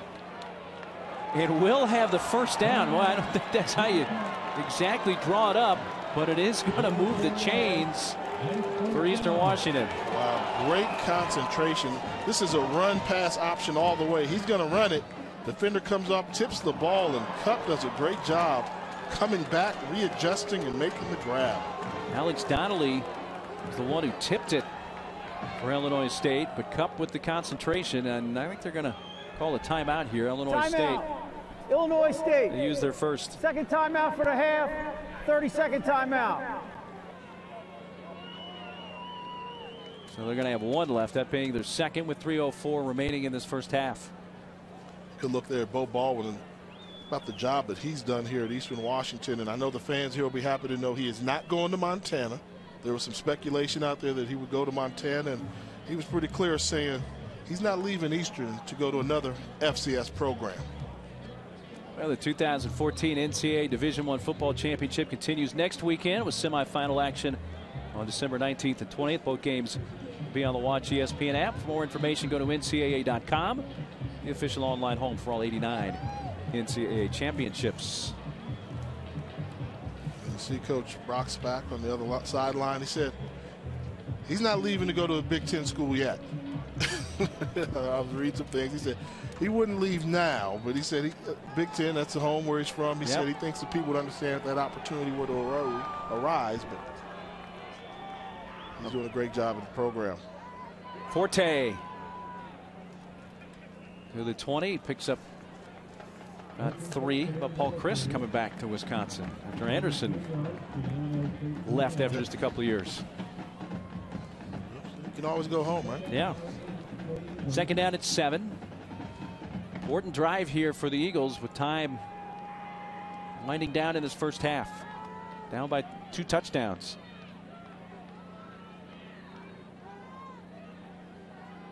Adams, Hill, inside the 10, 1st and goal. Tackled by Teddy Corwin. 11-yard gain. They really make you defend the whole field. I mean, the threat of going downfield, then wide receiver screen, and Shaq Hill, who's a tremendous athlete in open space with Jake Rogers, a right tackle, coming out to serve as a lead blocker. Very, very exciting offense, aggressively schemed. Forte straight ahead inside the 5 near the goal line. Just short. Dave Perkins, Teddy Corwin evidently keep him out, but not by much.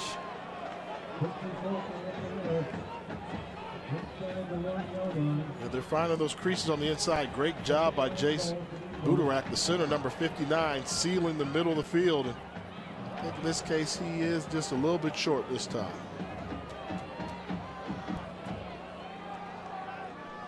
Second down and goal, play clock at 10.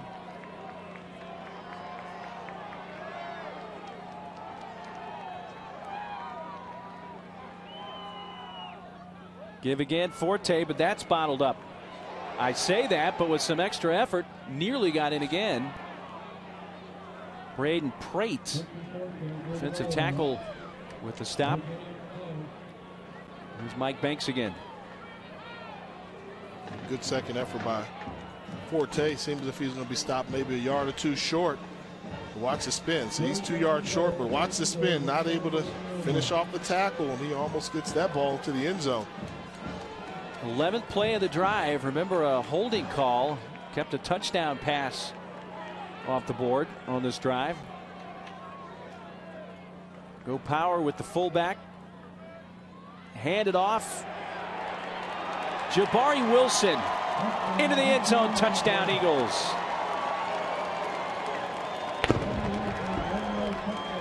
Well, they brought the tight end Wimberly into the backfield as a fullback, and Wilson with his 5th rushing touchdown.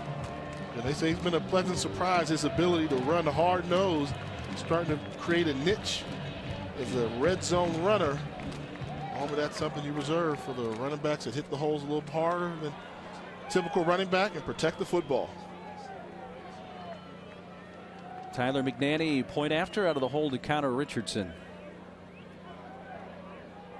And he snuck that in the right uprights to make it a 7-point game. But they needed a touchdown, Jay. The Eagles thought they had one, was taken off the board, but do wind up scoring 7 on that drive. And that's what a good team's going to do. Not allow the setback to stop the drive, stop them from putting points on the board. And once again, #1 offense in the country does a good job of answering the call when called upon. Well, coming up at the half, the end of an era. We'll tell you more about that. Also, the FCS bracket update. After this game ends, there'll just be 4 teams remaining in the FCS playoff race. And highlights and stats from the first half here in Cheney. 11-play drive for the Eagles, 57 yards, just under 6 minutes. And a 1-yard touchdown run for Wilson capped it off. How'd the Bison do in the playoffs this year? Talking about North Dakota State? No, my Bison, man. Oh, Howard? I tried to sneak it by you. I don't think they were in the FCS postseason this year. It's been a while. Short taken by the up man at the 25. It's Patrick Doherty, who's a defensive end, getting a chance to return a kickoff, but only 32 seconds left in this first half. Interesting to see if Coppers comes out for this series, or they're going to take him into the locker room and get him ready. We know he left that last drive with his ankle, looked like it was being taped up. No Coppridge. It's Jamal Towns who comes out. You have a 7-point lead. This is the postseason. You're on the road. Do not get aggressive with the play calling here. Robertson throws a little behind the intended receiver at the 47-yard line. Cam Meredith. Very surprised that they're coming out throwing the football. I know they have tremendous confidence in Robertson, but so many bad things can go wrong. Pressure on the quarterback, a strip ball on a sack, a tip ball for an interception. I think you enjoy being on the road going into halftime up by 7. But the question for Illinois State when we get to the second half is going to be the availability of Marshawn Coppridge. Will he come back? It looked like he was having his left leg looked at. This is Towns who gets the carry to the 38, tackled by Hamlin. They can just let it run down here if they so choose. I think they realize the situation where they are. You know, great first half of football. Anytime you go into halftime leading, it's a good first half. Here's Coppridge, number 25, on his own heading towards the locker room. So we'll see if he's able to come back. He looks hobbled. Yes, he did not look good running off the field there. Illinois State had as large as a 14-point lead, and they lead it by 7 here at the intermission. Coppridge had 79 rushing yards in that first half. Will he be back for the second half? 24-17 at the intermission.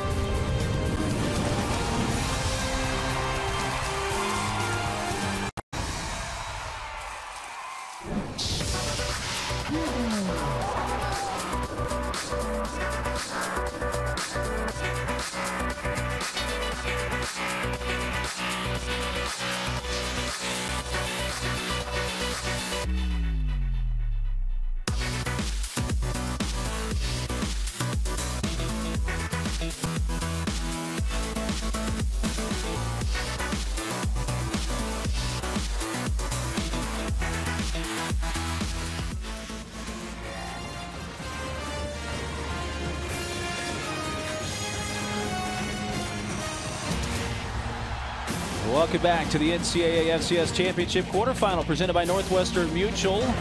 Ready to start the second half. Will indeed Coppridge be ready to go for Illinois State? 24-17, Redbirds have the lead. They'll get the ball to begin the second half. Really the difference in the first half, the 7 points off turnover for the Redbirds. Remember, after the only turnover of the half early in the first quarter committed by Eastern Washington, and the Redbirds turn that into 7, and that's the difference. Turnovers are magnified in the postseason, and a good team will make you pay when you turn the football over. But you have a feeling with the intensity level that we saw on display towards the end of the first half, there'll be other turnovers. Just become a matter of which way the ball's going to bounce. Jake Miller, a senior out of Spokane, to kick it off. And here we go into half number 2. Taking it to 2 by Neblett. Neblett at the 20, he falls forward to the 25-yard line. Illinois State, their first 4 possessions all came up with points. Field goal, 3 touchdowns. then the half ran out on them, but offensively pretty much did what they wanted to. 4 drives of 50-plus yards. That's getting it done offensively down on the field. And they really were able to do that because they established control of the line of scrimmage and good hard running by Marshawn Coppridge. And good sign to see him coming out to start the second half. 79 yards rushing and a touchdown in half number 1. Ascended motion, Neblett. Roberson hands it off to Coppridge. So right away we get a chance to see the health of Coppridge, and that's only going to go for about a yard. Not much there. Good job stacking the line of scrimmage in there. Actually saw the defensive line for Eastern Washington stunt to that side of the field. So maybe that's going to be one of the changes that they make here in the second half. Start shifting off the defensive line more, trying to take advantage of their speed on the defensive line.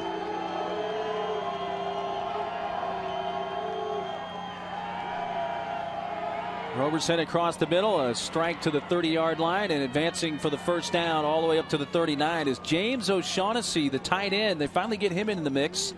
He was their 3rd leading catcher this year with 23 grabs. There's number 24 and a 13-yard pickup. The big target, 6'4", 245 pounds.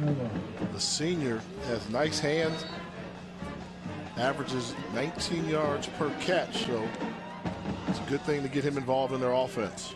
In the game here 2 years ago, O'Shaughnessy had 3 catches for 63 yards in their quarterfinal loss. Coppridge finds a hole to midfield where he's met there. And with the spot, should have the first down. Tackled by Todd Raines.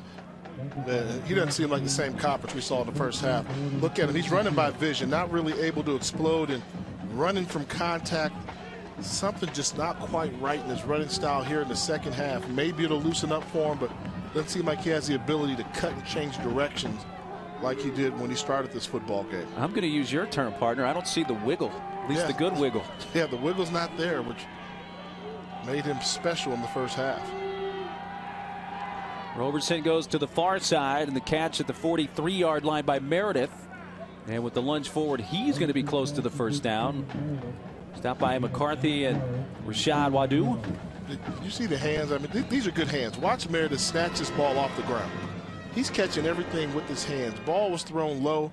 He's going down to get it with his hands, not trying to body it. We saw the fantastic catch in the first half, and I've seen enough to say he just has a nice set of mitts. Guy who was a former quarterback. That is Wadu, quarterback for Eastern Washington, who's being attended to. So while they attend to Wadu, will step aside with 13:11 to play in this third quarter. Rashad Wadu being helped off the field.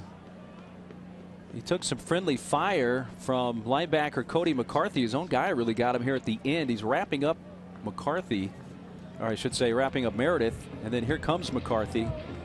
And I think that was the issue for Wadu. Yeah, helmet on helmet collision. Wadu appears to be a concussion. Let's hope it's not the case, but here's his brother who's playing at UCLA. You know the family. Played with what, an uncle? Wadu went to Fairfax High School, part of the Loke squad. A strike to the 35-yard line and a first down for James O'Shaughnessy. So they go back to the tight end after he did not have a catch in the first half. He has 2 on this drive. That goes for 11 yards. Think about it. What did we say? We saw the graphic. 4 drives, 55-plus yards. Not only these yards, but this is taking time off the clock. And they're continuing to put Eastern Washington's offense in a position where they must score in order to stay in the football game. Ball control, the key for Illinois State. Coppridge for a couple up to the 27-yard line. He is not the same runner we saw in the first half. Gutsy performance, but you can tell he's out there on a leg and a half or maybe a bad ankle. I think this is the case where you start relying more on Roberson. They say the offense goes as far as Roberson takes them. Well, keep your season alive. You're going to need Trey Roberson, your quarterback, the transfer from Indiana, to make some good decisions with the football. He's 3 of 3 on this drive through the air for 33 yards. Looks to tack on, goes to the end zone. Did he get the foot down? No. That's Meredith. Well, you throw it in Meredith's direction, he's going to catch it, but he drifted just out of bounds. He had a step or so on the cornerback, Jake Hoffman. Yeah, tough throw here. This is a post corner thrown from the far left hash. You've got to get it there in a hurry. Knows he had one-on-one coverage. Meredith just outside. Good call by the official. Trey thought he had it. Instead, it's a 3rd down now, a 3rd and 7 from the 27 of Eastern Washington on this, the first possession of the second half.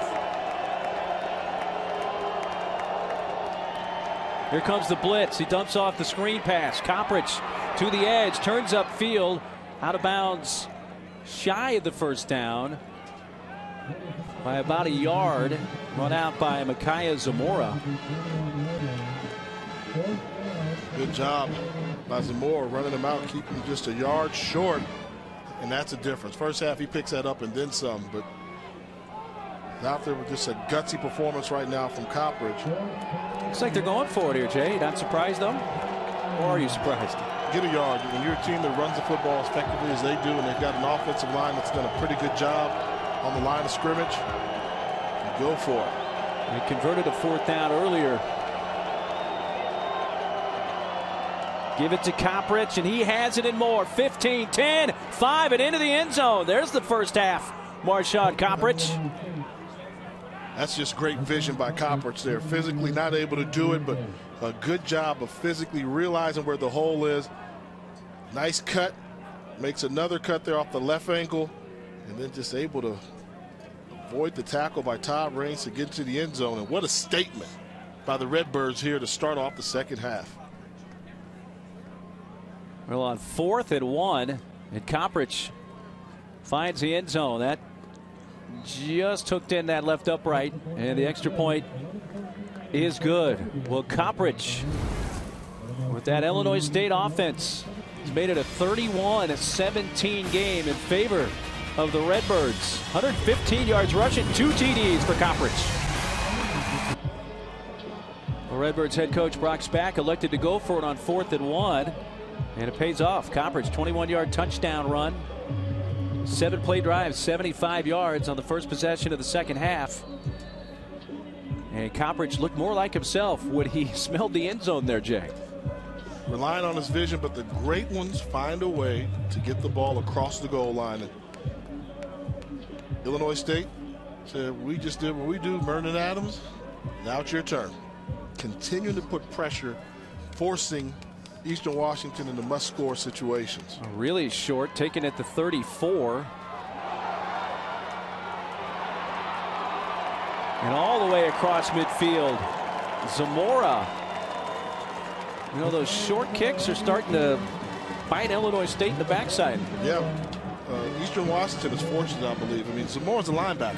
So you've got a linebacker avoiding hits and contact and holding on to the football. Give him credit, but I just don't think that's the way you want to do it. That's living dangerously. Sooner or later, Illinois State's going to figure it out and try and strip one of those up men with the ball. Well, the ball back in the court of Vernon Adams Jr. His first crack at things offensively here in the second half, and great starting field position from the 48 of the Redbirds. Hands it off to Forte. Forte finds the edge, 35-30 down the sideline. Inside the 20. Run down by Dante McCoy, the safety, but Forte will have a first down at the 18. Look at the perimeter blocking. You see 59 and 66. Thomas Gomez in the center. Jace Udarat get on the edge, solidify the perimeter. That's a wide open running lane to the outside for Quincy Forte. Well, what was the best starting field position for the Eagles gets even better after the 29-yard run, and just like that, a first down at the 18. Forte to the 16 for 2 yards. Tackled by defensive end David Perkins, the Ohio State transfer.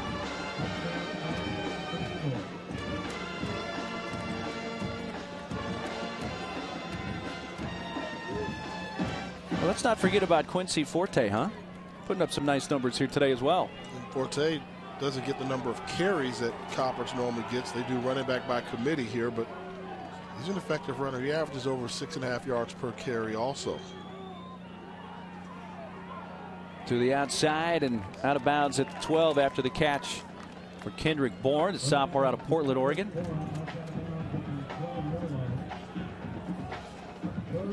Third down here, a 3rd and about 4. Talk about a prolific offense. Eastern Washington has been in the red zone 54 times this year. 42 times they walk away with touchdowns. That's an extremely high percentage. It's 78%. They've scored on 94% of their red zone trips overall. Comes pressure. And Adams sacked back at the 19-yard line by Pat Meehan. 3rd sack of the year for the junior from Frankfort, Illinois.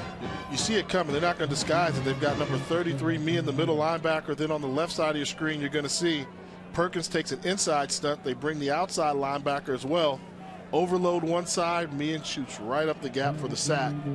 That's one that's on the quarterback, Adams. He didn't see that coming. He thought he had protection. He did not. 37-yard attempt for Tyler McNanny. Gets that one just inside the right upright. He stays perfect, as do the Eagles in field goal attempts this year.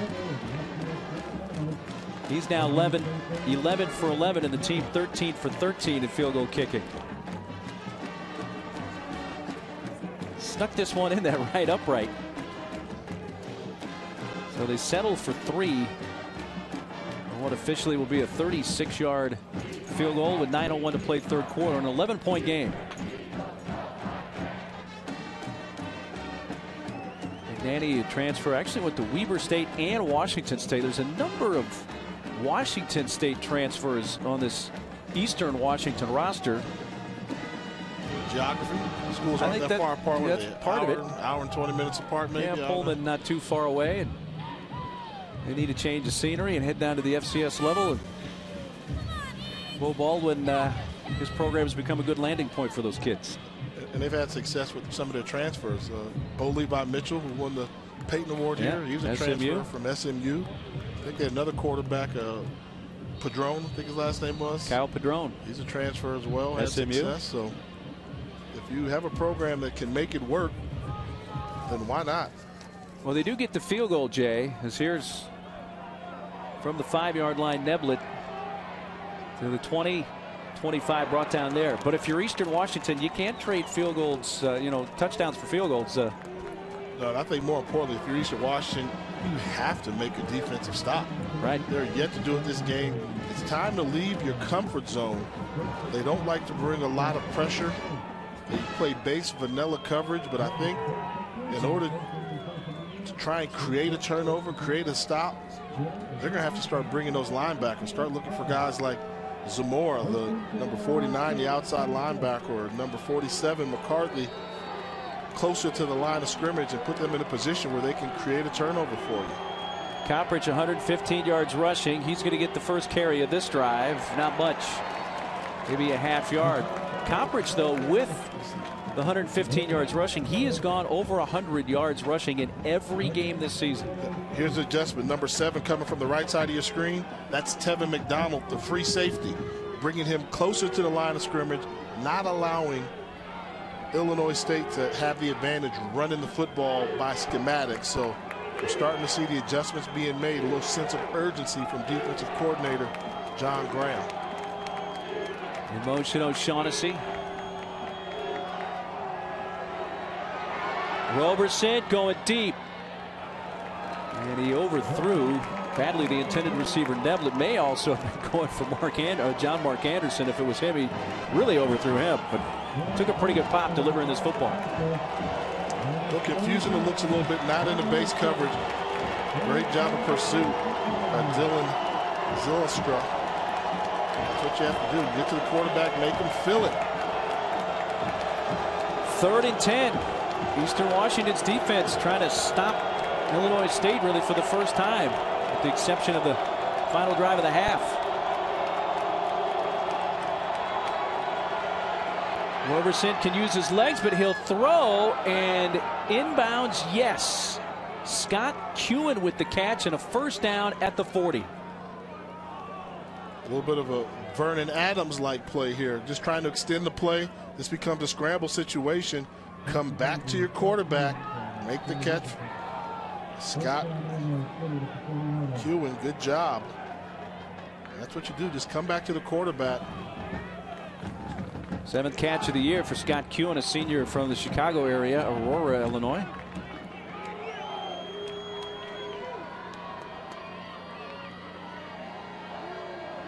Roberson hands it off this time to Towns. Towns for a couple off the left side to the 42. Tackle made by number 4, Todd Raines, the strong safety. They're bringing the safeties up close to the line of scrimmage in obvious run situations. So the rushing yards are going to be tough to come by. And like I mentioned earlier, I believe Trey Roberson's going to have to make some decisions throwing the football as well as in the running game when the call is own number. Meredith is top receiver at the top of your screen. Copper's back in there. He's going to block for Roberson, who's kicking it wide, and then he's brought down at the 42. Well, he gave some ground on that. Winds up only getting a +1 on the carry. Dylan Zylstra with the tackle, number 57. They tried to spread him out, but they weren't budging. They're saying, we're not going to let you run the football. They try and use Coppers as a lead blocker. In this case here, Roberson should have just taken whatever positive yards he could have gotten. Instead, once again, 3rd and long situation. 6 of 9 on 3rd down. 3rd and 7 from their own 43.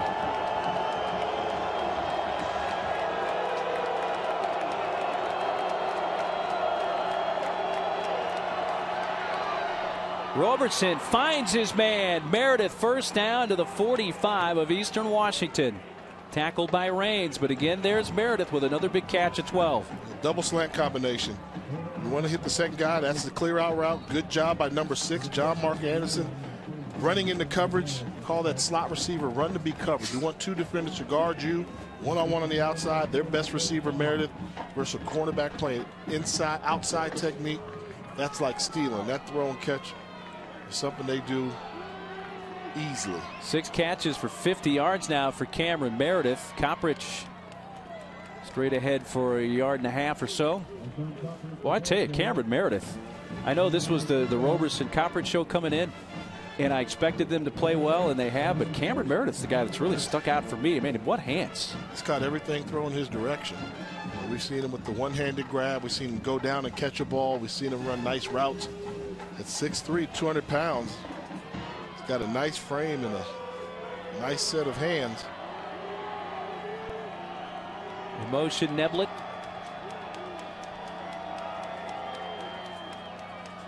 Give Copperidge. Gets through the crease. May go inside the 15. Gang tackled at the 6.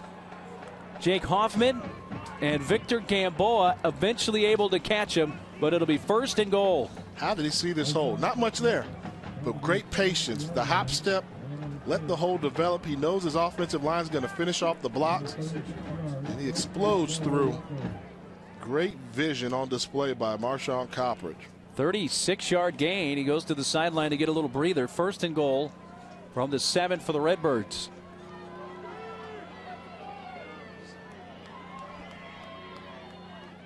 The give to the back, Towns. Inside the 5. A little late pushing away from the ball, and there's a Eastern Washington player down. It's Victor Gamboa, the cornerback. We saw Rashad Wadu leave the game earlier, so this may be a situation where Eastern Washington has 2 backup cornerbacks on the field. And Gamboa, one of the starters, looking better as he trots off the field under his own power, but has to come out for at least a play as the officials stop the clock. Gamboa's been a great find for them. Freshman from Tacoma, Washington. So Gamboa goes out. They bring in Jake Hoffman, another freshman, this one from Spokane, Washington, number 17. Second and goal from the 2. Coppridge back in.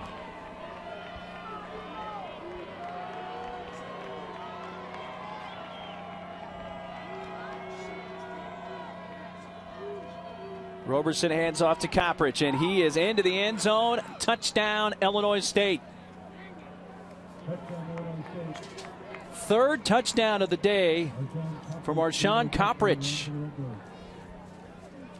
Does a really good job of selling this. It looks like it's going to be a bounce play to the outside on the right. Watch him make one cut.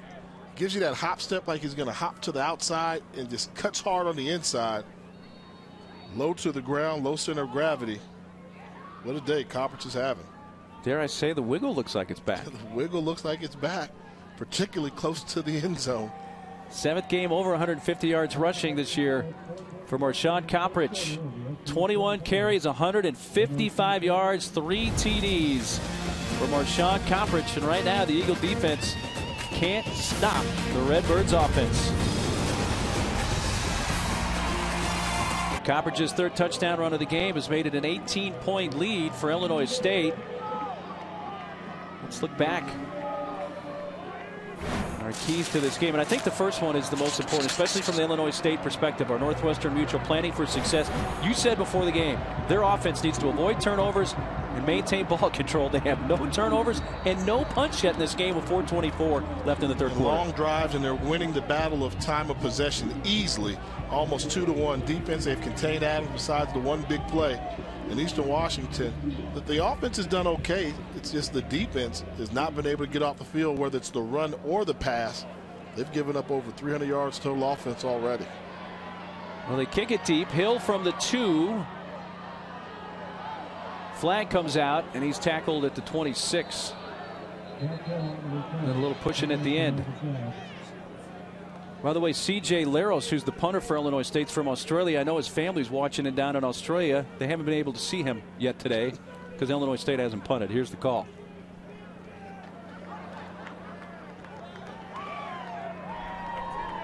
Holding on the receiving team, number 31. 10-yard penalty from the end of the run. First down, Illinois State. Washington, Eastern Washington. Yeah, we got you. We got you covered. But I don't know if I've ever seen where coming into a game you knew the game plan had to be ball control and keep the opposing offense on the sideline. I mean, they've executed to perfection. And there's been a sense of urgency all game for the Eastern Washington Eagles. Right now, you hate to say it, this is just the third quarter.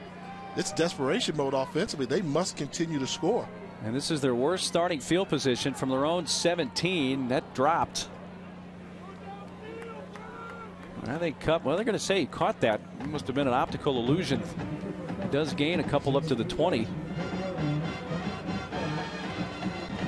think he's going to pin this ball up against his leg. It's going down. Yeah, oh, he did catch it. Wow. So he did gain 3. Second down at 7. Adams picked off. Alex Donnelly with his third pick of the season, and he's going to return it to the 22, and things get even more desperate for Eastern Washington after their second turnover of the game. This is the scouting report here. They said if we leave the middle of the field wide open and give them a blitz, they're going to try and force the ball deep down the middle because they're aggressive. Great job by Donnelly looking up Cup, recognizing him where he is on the ball, knowing the ball's coming. That's following the game plan. The scouting report was perfect. Normally you take that matchup. You say you have Cup against a linebacker, middle of the field wide open. They anticipated that, baited Adams into the throw, and this place got quiet in a hurry. Well, I don't think it's going out of bounds to say right now Eastern Washington's defense needs to at least hold them to a field goal try here, because another touchdown for Illinois State would really put things not out of reach but close to it. There's a throw to the 19. Guess who makes that catch? Meredith. What hands. You know, that wasn't an easy routine catch right there. It was not a tough throw, but when you've got a big target like Meredith, you just get it in his vicinity and you know he will body the defensive back out. Roberson's going to go late to the outside, which is always dangerous, but look at him extend the hands. He catches everything in his hands. You don't see that too often. He almost caught that one-handed again. 7 catches, 56 yards, and a touchdown. Touchdown catch came on a remarkable one-handed grab. Kept by Roberson. Going east-west, uses a stiff arm and lunges forward near the 15. It was Tevin McDonald, free safety, bringing him down. I know we talked during the break, and we just keep shaking our head how they have not been able to get a stop all game long, and it doesn't look like they're going to be able to. I mean, to be quite honest, you have to call it like you see it on the field. I mean, Illinois State can run the ball when they want to. They can throw the ball when they want to. 7 of 10 on third down. I'm not going to say this is the game right here, but if Eastern Washington can't stop them, they're in big trouble. 3rd and 2. Coppridge. That's too many cuts. And that's what I mean by control the line of scrimmage. First down run. On 3rd and 2, when you watch the number of cuts you're going to see Coppridge make, that means there's no penetration in the backfield. 1, 2, 3. I mean, he's dancing in the holes when, if you're controlling the line of scrimmage, you're avoiding shots. He's not avoiding shots. He's dancing, picking his spots. The offensive line for Illinois State has won this battle all game long. Redbirds 5 of 5 in the red zone today. They're in there again, a first down from the 13. They're 80% now on 3rd down conversions. 8 of 10, that's phenomenal. They did come in converting 50% of their 3rd downs on the season. 50's not 80, Mark. No, it's not. But it's a pretty good mark for a long season. Roberson cuts back, and he's inside the 5. The only reason I'm not going to say Illinois State's going to win this football game is because I've seen Vernon Adams put up. That's the wild card in all this. Put up 38 points in one half of football. He's going to have about a quarter to make up at least 18 points. It could very easily be 25 here if they're not careful. Roberson has carried the ball 10 times for 54 yards. 158 yards through the air as well. Coppridge, that time well defended, pushed all the way back forward. Progress though to the 5. Cody McCarthy, Zachary Johnson, and others blocking the hole there. Well, he already has 3 touchdown runs, and I think he's disappointed right there he didn't get a 4th. Another big play, 3rd and 2. You go Roberson or you go Coppridge?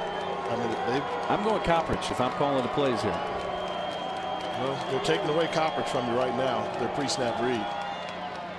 So Roberson takes it himself and is into the end zone, touchdown. Well, pick your poison. You think you control the number count? Well, we'll use Coppridge as a lead blocker. That's all they decide to do. Get there and say, they've got the numbers and not willing to vacate the box. Coppridge, you go as a lead blocker. We'll pull our center, Mark Spellman, and Roberson goes into the end zone untouched. So 14 points off turnovers now. Well, it will be 14 after the extra point if converted by Ossaker, and he does so. 45-20. Of course, these points coming off the interception and turned into 7. I mean, entourage, and that's 3rd and 2 down in the red zone. How does he get so wide open? It's all in the trenches, and I think a statement's being made, and I've heard this for a while in the FCS landscape. The Missouri Valley Football Conference. Physical. Could be the most physical conference in the country, because they are dominating the line of scrimmage, and North Dakota State has dominated folks for years, and Illinois State's figured out the recipe for success as well. This is a pretty dominating performance they're putting on right now. Well, the Missouri Valley Conference newcomer of the year, Trey Roberson, with a touchdown of 5 yards, capping off the 6-play drive. Winner of this game takes on the 1-seed New Hampshire. North Dakota State, the 3-time defending champion, has Sam Houston State in their semifinal matchup next weekend. Yeah, North Dakota State from the Missouri Valley Conference. Sam Houston from down there in the Southland, and New Hampshire, lone representative from the CAA, what used to be the mighty CAA, that once upon a time had on a regular basis 2 of the last 4 teams in. But I think there's been a little change in dynamic in that Missouri Valley Conference. Tough to knock off. Kicking it deep to Hill at the 5. 20, 25, 30. 35 spun around and down at the 39. The Eastern Washington sideline saying that the kicker, Osseker, got a face mask or something to help twist him down, but no flag.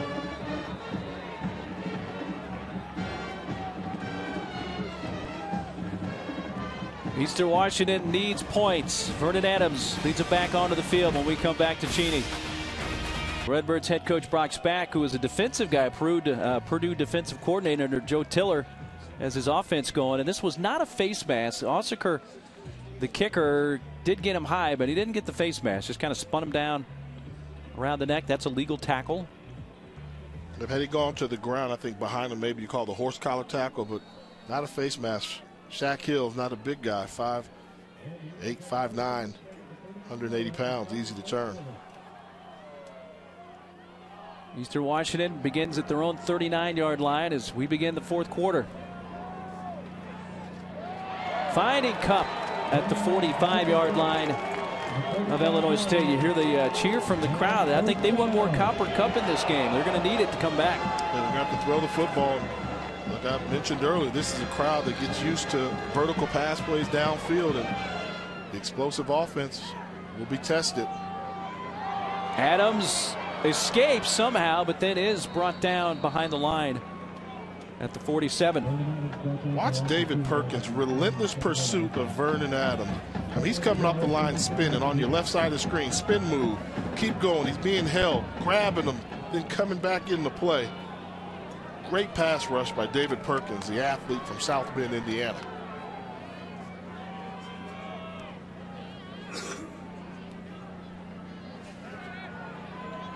Adams lots of time and then incomplete. Intended for Cup. How good is Vernon Adams? You know, we talked earlier at halftime about potential for Heisman campaign and Peyton Award. I mean, look at this right here. Well, they get outscored by Illinois State 21-3 in the 3rd quarter. After trailing by 7 at the half. Adams, completion. Splendorio with his first catch. All the way down to the 15. Nick Splendorio, a redshirt freshman from Sammamish, Washington. And these are the big plays that they're accustomed to seeing. Vernon Adams standing tall in the pocket, delivering the ball downfield. 33-yard gain, but here's the call on the flag. Dead ball, personal foul, offense number 59, 15-yard penalty, first down. That's the center, Jace Budarak, called for the personal foul. And here's the catch and the run by Splendorio. Oh, coming in, wow. diving on the pile. Way too late. Look at this. You're going to see white jerseys, and here he comes, 59. Diving on the pile. Oh, 290 pounds. Yep. And that's instead of a first down at the 15. They do have a first down still, but it's all the way back at the 30. Budarak, first-year starter, and offensive line coach Aaron Best was singing his praises, saying he's really stepped up his senior year, given a standout performance. Adams to the end zone, back of the end zone, caught but out of the end zone by Shaq Hill. You know what they East Washington? They go deep. I mean, they're going to go deep. I mean, how many games do we see this many balls thrown beyond 25 yards? Great concentration on the catch, but not enough real estate. And I was looking at some statistics. Eastern Washington has completed 40 plays this season of more than 40 yards. Wow. They go deep. If this were the CFL with the bigger end zone. Yeah, that would have been a touchdown. But you know what they say in baseball? Chicks like the long ball. Up here, I mean, they love this offense. They go deep. Throw too high. Incomplete. for Mitchell. Corey Mitchell. By the way, I guess we should say Bo Levi Mitchell, speaking of the Canadian Football League. Yep. Doing well up there. Told he just won a Grey Cup. Yeah. Congratulations, Bo Levi Mitchell, former Peyton Award winner. Now showing his winning ways in Calgary as they won the Grey Cup. Just 3 and 9 on 3rd down today, and a 3rd and 10 from the 29. Adams throws underneath and dropped a rare drop by Cooper Kupp, and it's going to be 4th down. Wow. A few mistakes by Kupp, just trying to run after the catch before he caught the ball. He's turning to look. He turns too soon before he secures the football. Now it's 4th down. So think about that big play that was wiped out because of the penalty on the center. And now all of a sudden, you don't get this one, season over maybe? It very well may be. Already down by 25. Still early in this 4th quarter. 4th and 10. Adams again gives Kupp a chance. Ooh, it's down to the spot. Whoa. He may have it with that spot. I don't think so. They're giving it to him right away. The official change on the other side. They moved the chains. That was generously quick. By an eyelash. So they do convert on 4th and 10. 1st down from the 19. Adams, Kupp dropped another. Wow. Glass on the coverage.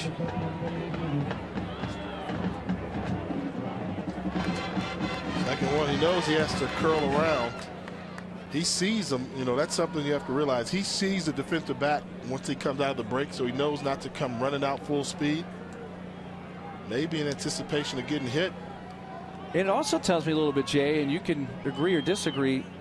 When Kupp drops 2 like that, this team's pressing right now. I mean, they know the season's on the line big time. There's a carry for Forte up the middle. When Kupp's dropping passes, you know they're gripping it pretty tightly right now. They are. They're in unfamiliar territory. Down by this much is the largest deficit they've had all season long. We talked, they lost to the University of Washington by 7 points. In a regular season game, Northern Arizona by 1. So, and Adams was spectacular in that near miss at Washington.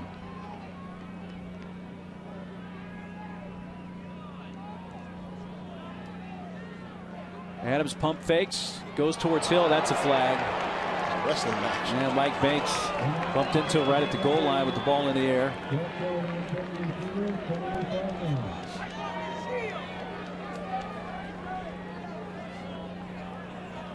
Pass interference.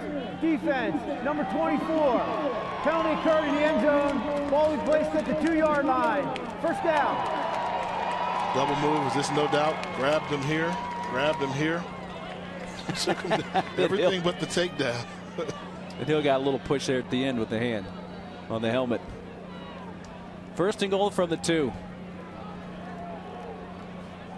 From the eye, bring in Wimberly as the fullback. Fake the handoff to Forte, and Adams can take it in easily. Touchdown. His 6th rushing touchdown of the year. A score that Eastern Washington desperately needed at this point. Great ball skills here on the play fake to Forte. Quick decision outside, contain balls for the play action in the backfield, and got in the end zone.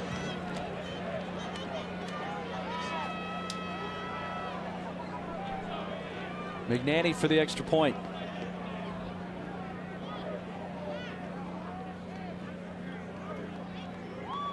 Snuck that one in the right upright.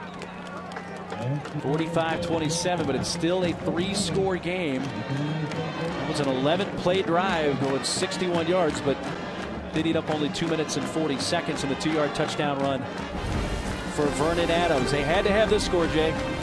Desperately needed, but desperate times call for leaders to step up. Vernon Adams gets in. There in the center of the screen with the sock cap on. That's Bo Levi Mitchell, Grey Cup champ. FCS national champ here at Eastern Washington in 2010. See your quarterback. It's got to be a good feeling to go into a stadium, but you led the team to a national championship, and then you look on the walls and they've got your picture, like bigger than a fathead version of it, with your Peyton Award winner. He's here in support of his, I want to say his younger brother, but his older brother. Yeah, his older brother is the receiver, Corey Mitchell. Bo Levi Mitchell. Calgary beat Hamilton in the Grey Cup this year. I couldn't have had that, Mark, I'll tell you. Thing right there at the stadium. Onside kick. But it looks like Illinois State does recover. Recovered by Colin Keoshin, big 6'3", 260-pound senior. See the desperation, but Keoshin plays defensive tackle for Illinois State, but he was a converted running back. How about that? He's had a good year starting defensive tackle, showing the nice hands and able to come up with the recovery. Well, the Eagles 0 for 3 on onside kicks this season, attempting one there. And you can see why, but now, I was just about to say, Jay, their defense really needs a stop. And the onside kick, I can understand as far back as they are why they did that, but they really now have the defense. That's been the story of this game. Yeah. They need to stop. They need to stop. But I mean, you see two safeties high right now. That means they're not willing to sacrifice. So they're going to play base defensive coverage, which I don't think is conducive for creating turnovers that they need or stop. Robertson going to go to the air. What hands? Yeah, I just continue to be marveling at Cameron Meredith. Those are pro hands. I agree. A decent wide receiver has to go down to make this catch. A good wide receiver just snatches the ball out of the air. Ball's thrown low. Doesn't even break stride. Just goes to make the catch. Look, just go get it. Go low. Long arms. Good hands. Confidence in his hands. Doesn't have to go to the ground. He's closing in on 1,000 yards receiving for the season. 67 today. So he's at 974 overall on the year. This is Coppridge. Let's also give credit to offensive coordinator Kurt Beathard. When the situation says run the football right now, he's come out and said we're more than just a running football team. We're a balanced offense. We can attack in the passing game. You've got a nice lead. You're on the road. Comes out first down, pass. So that lets you know the faith that he's developed in Trey Roberson. Coach Roxbay, who said this team's probably a year ahead of schedule. Well, this year's not done. No. Look out this year. 400 total yards. Roberson going to take off himself to the 31. It'll be 3rd and 6. Tripped up by Cody McCarthy.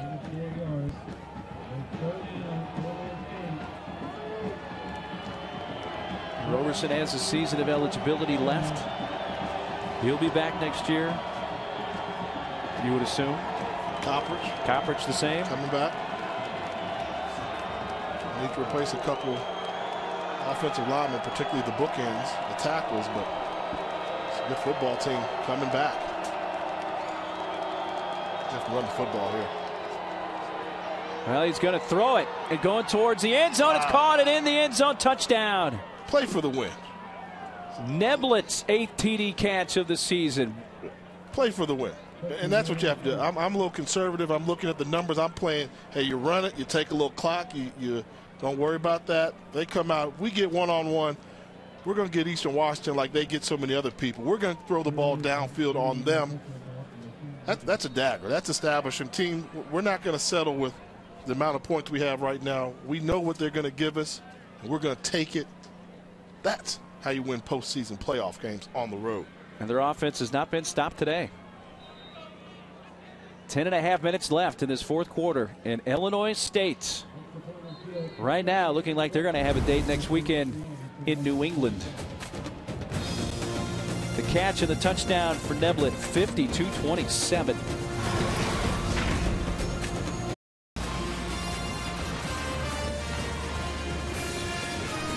Welcome back to the NCAA FCS Championship quarterfinal presented by Northwestern Mutual. Trey Roberson with his 2nd touchdown pass of the game, his 27th of the year, so that now ties him for the Illinois State single season record for TD passes in a season. Gives him a 25-point lead with 10.5 minutes left. Came in averaging 29 points allowed by their opponent this year and have given up a whopping 52.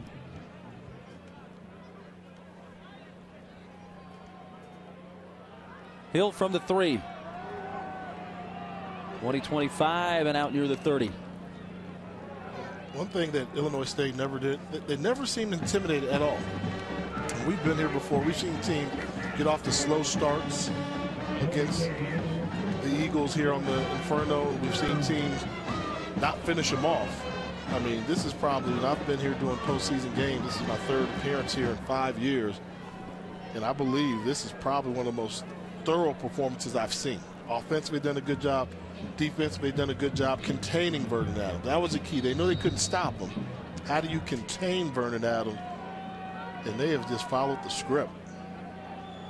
Well, if there's a quarterback out there that can overcome a 25-point deficit in 10.5 minutes, Adams would be that guy. He's going to need some help from his defense as well, but right now he's going to get sacked back at the 24 by Teddy Corwin.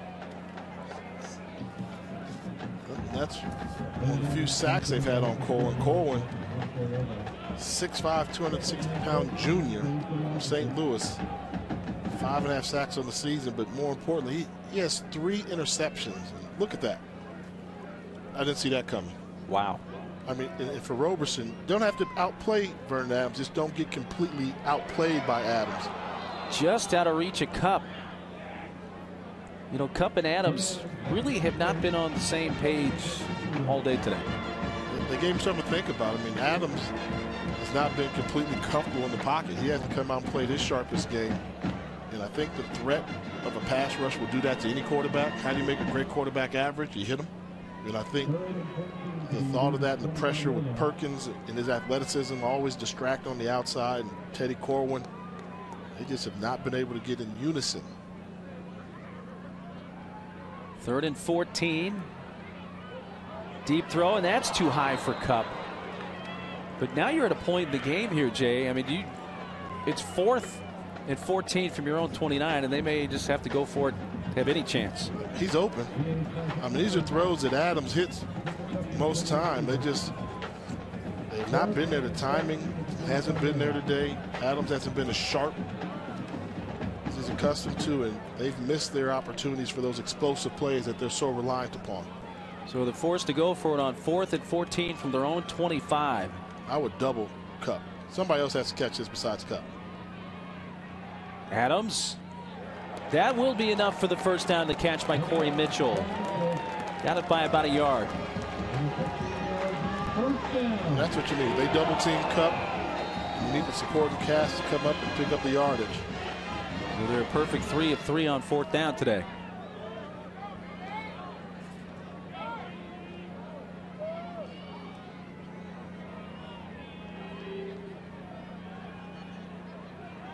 Lots of time, but that time elapsing, and Adams going to have to do something, and he throws it down underneath the Cup, who makes a move. Down the sideline, 35 down to the 30. Cooper Kupp saying, hey, I got a little wiggle myself here. Oh, that was a shake. That's like they say, he shook his jock strap off of him. I haven't seen that in a while. I mean, take a look at this. Talk about leaving somebody. Look at it. Wham! Mike Banks. He can play. May have left a little equipment back on the field, what you're referring to there. that was, you know, and we talked about Cooper Kupp, and obviously a lot of people compare him to Brandon Kaufman, who was a standout wide receiver. Well, Kaufman was 6'5", about 220 pounds, and every time there was a jump ball, Kaufman came down with it. Kupp has that ability to get in and out of breaks a little bit quicker, step ahead of time, so he's a special guy. And you don't believe me, ask Mike Banks. He just got shook up.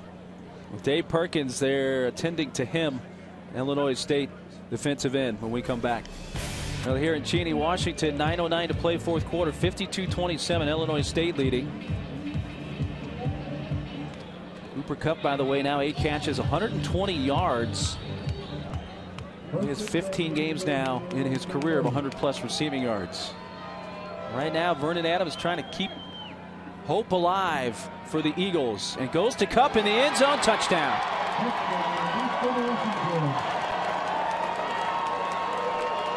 They do a really good job of isolating Cup on linebackers and safeties.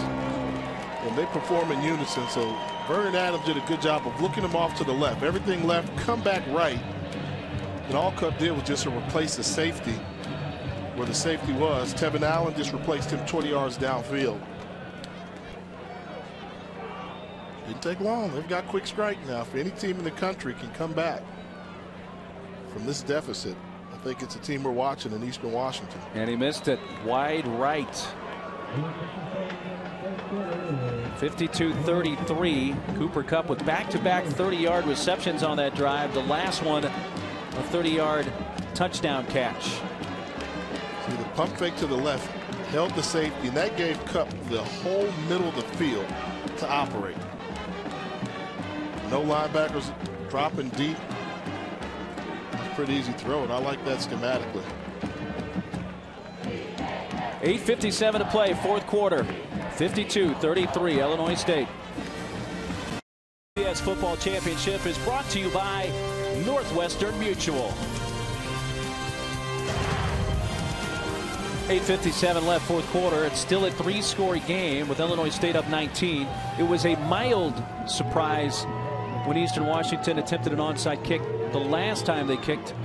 This time it will be no surprise, as they will try to keep their hopes alive by covering this onside kick.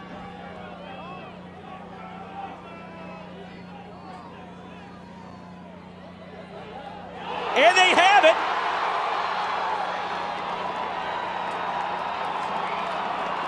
Good job realizing you cannot advance an onside kick. Once it's touched, if you make the recovery, ball's dead right there.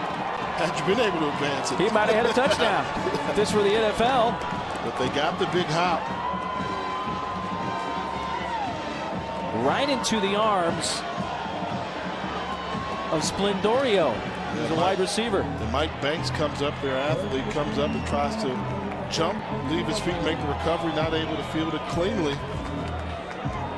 Vernon Adams and crew have the ball back. 8:52 left.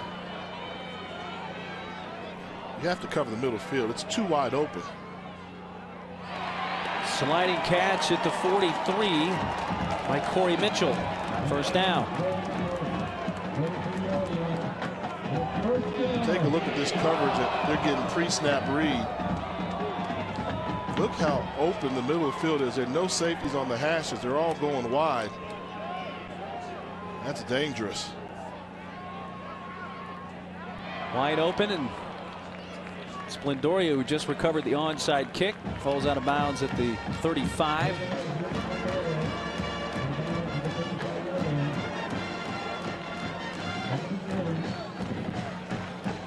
Look at the two safeties. Look at the deep men right there around the 22-yard line. Those safeties are playing wide. There they're going. For Kupp. That's easy. Wow.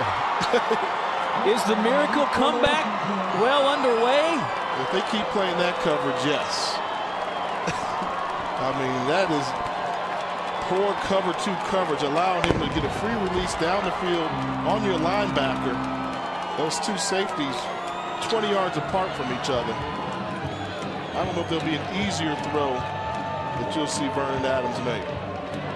Well, they're going to go for two here.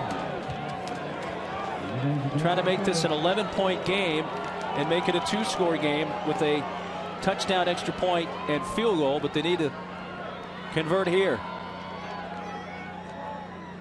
Adams for Kupp, incomplete. The two-point conversion fails. The coverage by Dreshane Glass, freshman out of Garland, Texas. Oop, Kupp looks a little shaken up there. Another look at the touchdown. Just Kupp running untouched downfield.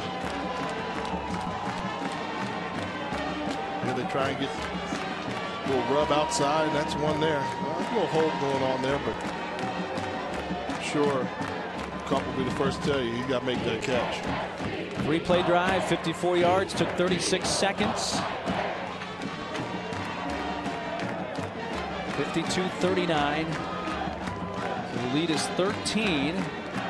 Now 8:21 left, and I would say under normal circumstances, maybe you don't onside kick, but when you haven't stopped the other team's offense all day, you got to onside kick again. I don't think so. You don't think so? No, I don't think so. You got lucky one time. What you can't afford to do is have them recover, kick another field goal, then end it. So I think you have to kick it away. Think you kick it away? I mean, you have 8 minutes. I mean, you still have 3 timeouts. That's true. Get a stop, another quick score.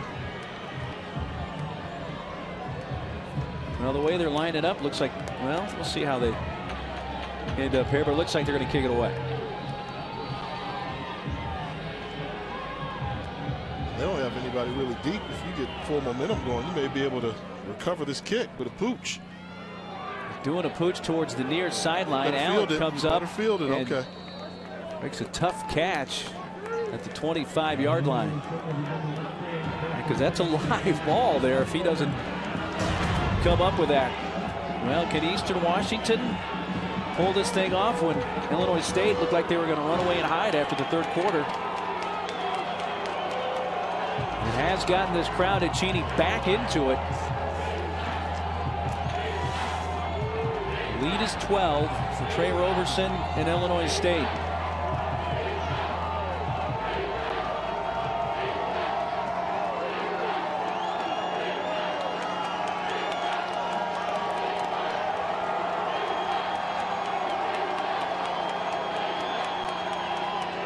Kept by Roberson. And it took a nice tackle by Raines to keep him from getting to the edge, but a flag is out. No play. Number 84, 5-yard penalty, first down. Joe Farmer, the tight end. This is one of those moments where you say, Yeah, I think right now, if you're Illinois State or a Redbirds fan, 20 seconds. Your level of comfort, which about 5 minutes ago on the clock was looking really good, now you're starting to sweat things a little bit. You need your offense to get another first down or 2. It's now you're facing 1st and 15. Maybe that's what the Eastern Washington defense needs, is the assist of a penalty on an offside or a false start to get them going to come up with the stop.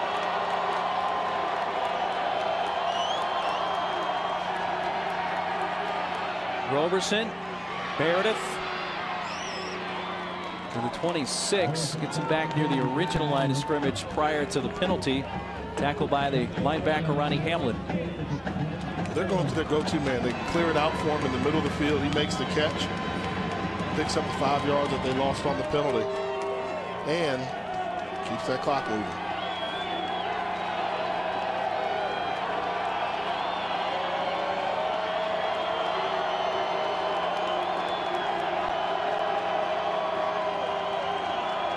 You have to bring pressure if you're Eastern Washington right now. They don't want to do it. And Coppridge breaks free, and this could be the final nail in the coffin. Gone. 74-yard touchdown run. Marshawn Coppridge says, let's go to New England. The look was so vanilla, and Eastern Washington just refused to bring the safety up to do their best run blitz. I mean, make one person miss. 4th touchdown run of the game for Coppridge. And great net sound there from our audio. You could hear the crowd excited, and then they see the season slipping away as Coppridge runs down the field. The good news is, I mean, didn't eat up a lot of clock. You're getting the ball back with 7 minutes. You are a silver lining guy, my friend, which is what I like about you. But yeah, the unwillingness. I say I'm surprised to see them not sacrifice and bring 8 men down in the box, force them to throw the ball one-on-one. I don't think you play soft run coverage versus one of the top rushers in the country. And the Eastern Washington defense has still not stopped Illinois State today. So I'm going to go back and say they should have onside kicked again. It's easy with these 20/20 hindsight glasses I have on. Yeah, when you're there at 1st and 15 and they pick up 5 yards, okay, 2nd and 10, I mean, stop them. but unwilling to leave their comfort zone. And, you know, we keep talking about D coordinator John Graham. I mean, I think at the end of the day, the front four, actually the front seven of Eastern Washington just has not gotten the job done today. 25 carries, 232 yards for Coppridge with 4 TDs. He's averaging 9.3 yards a carry, which obviously got helped out a lot right there on a 74-yard touchdown run. And the key to a good defense, you want to make the team one-dimensional. You know, make them, right now, Eastern Washington's one-dimensional. All they can do is throw the football. For Illinois State, they can run it, they can throw it. Bootleg, they've got everything going, and they never made them one-dimensional in this football game. So back to a 3-score game. From the 8-yard line, this is Cooper Kupp to the 25.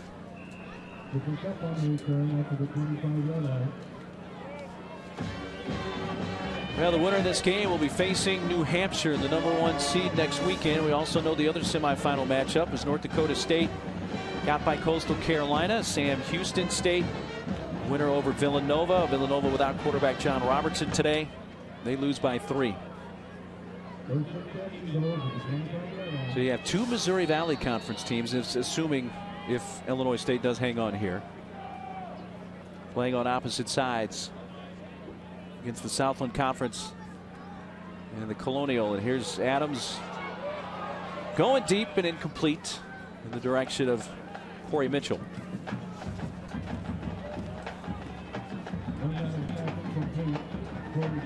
I like this defense I'm seeing from Illinois State now.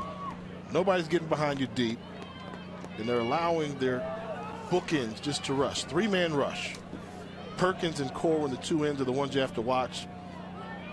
Prate in the middle, but everybody else is getting back in second. And now they've covered up the middle of the field as well. Everybody just dropping, keeping everything in front. Adams trying to lead Shaq Hill, incomplete at the 45. Josh Birch had the primary coverage. And what's the adjustment you have to make for Eastern Washington? Crossing routes. So if they're taking away the deep balls down the seam, down the outside, down the middle of the field, what do? You have to maybe get a 10-yard in cut, let somebody run after catch where they can run underneath the coverage, make somebody miss for the big play. 3rd and 10.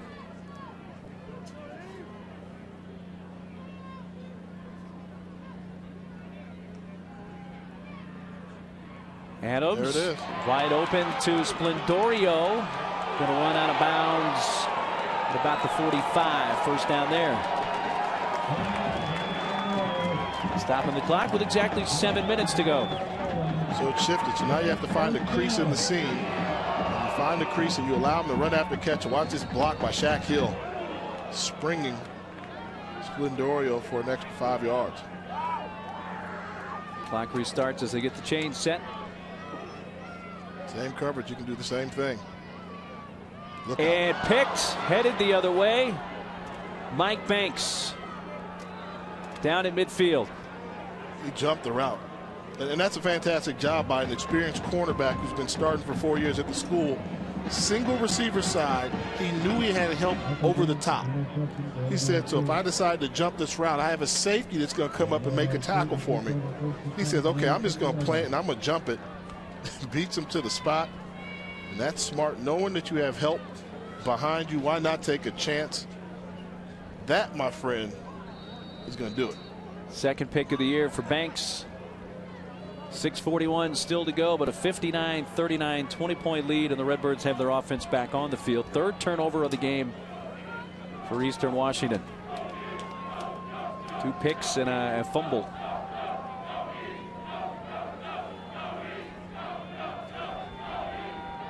Coppridge to the 47.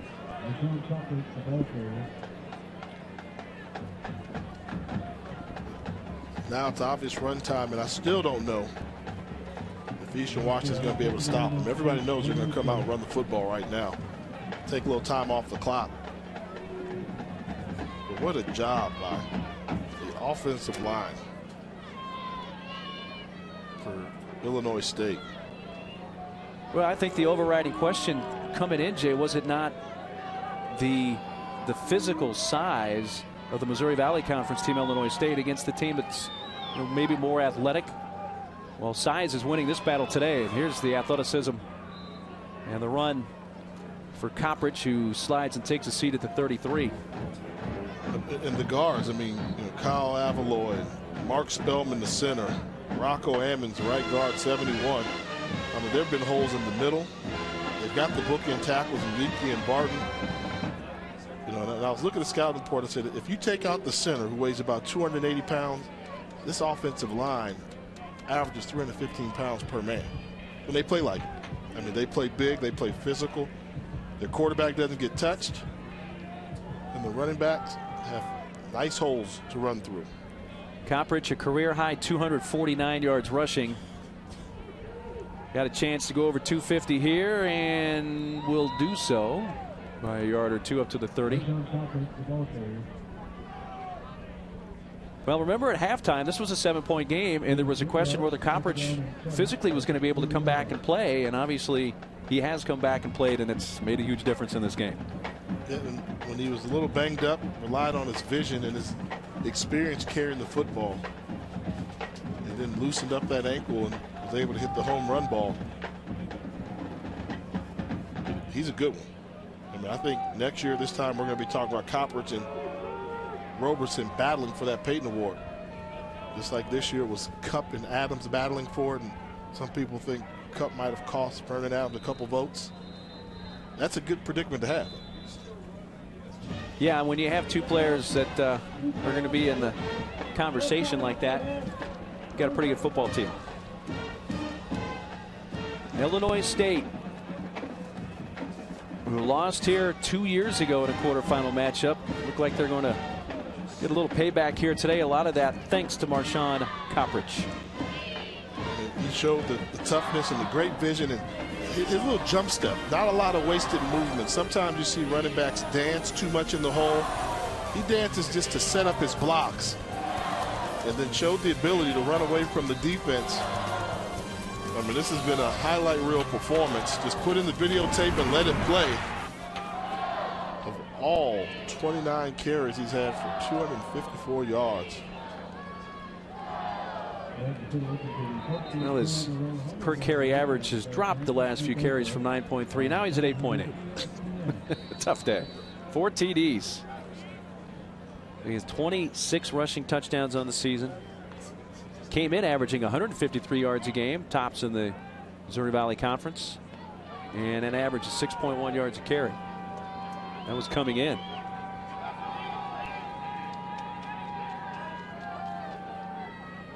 Roberson close to the first down.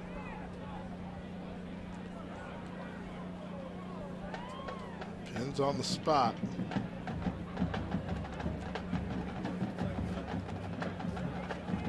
We may never see C.J. Laros, the punter, and his family in Australia is going to be very disappointed by that today.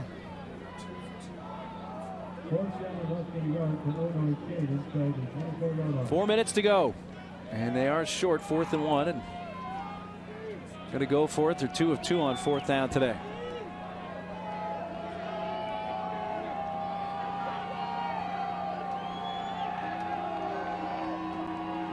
Coppridge has the first down to the 20, gaining 3.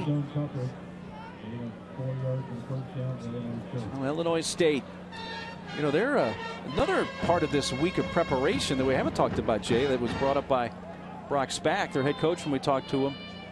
Their kids going through finals this past week. Got a lot on their plate. Yeah, but he turned that what you may call a negative into a positive. He said, well, because they had finals, they didn't have class, so we were able to get done what we needed on the football field a little bit earlier than we would during a normal work week. Got them in and out of practice by 3 o'clock. Let them hit the books and study. So that's great coaching. Carry for Towns. I would assume at this point we've seen the last of Coppridge. No sense at this point of the game risking anything after a career high 258 rushing yards. let's go back to a conversation we had that Coach Backey shared with us that he had with then North Dakota State head coach Craig Bohl after they lost to them. And Coach Bohl told him, you know what, you guys are good enough to win a national championship. He said, because the Valley, that's what they call the Missouri Valley Conference, the Valley prepares you to win national championships. Well, they didn't. They came here and got beat by Eastern Washington. But this year, I really believe Coach Spack took that same mindset, said, you know what, the Valley's prepared us to win a national championship. And you see the two teams that have won, that finished in the tie for first place, North Dakota State, Illinois State. They're both two of the last teams remaining that have a chance of winning a national championship. And maybe headed for a finals match against one another in Frisco, but Illinois State is going to have to win on the road at New Hampshire to get there. That will be a tall order. North Dakota State at home against Sam Houston State. You would think that the Bisons would be a sizable favorite in that game. Fargo Dome, and the fact that they've had Sam Houston State's number for a couple years, but new coaching staff, new offensive philosophy for Sam Houston State. Maybe that's what they're doing. Willie Fritz is now at Georgia Southern. So this could be interesting postseason the way it shapes up, but I'm pretty sure all the folks from Fargo, they've already made their reservation for Frisco. Proactive, huh? They've been there the past 3 years. We're going to make it until you force us to change our reservation. Some of their fans may have made those reservations before the season started. I'm sure they did.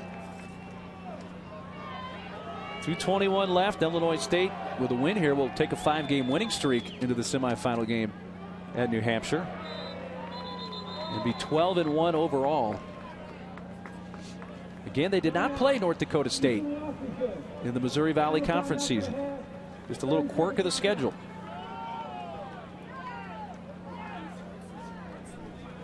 Eastern Washington out of timeouts now with 2:16 to go. And when you look at the playoff picture, and what really happened is, New Hampshire #1 team throughout the regular season. And I think with North Dakota State, number 2, you said it's going to take a team with speed and athleticism to beat them. Coastal Carolina was that team. They got the job done. And then you take a look at Illinois State, Missouri Valley. What's it going to take to beat them? Speed and athletes.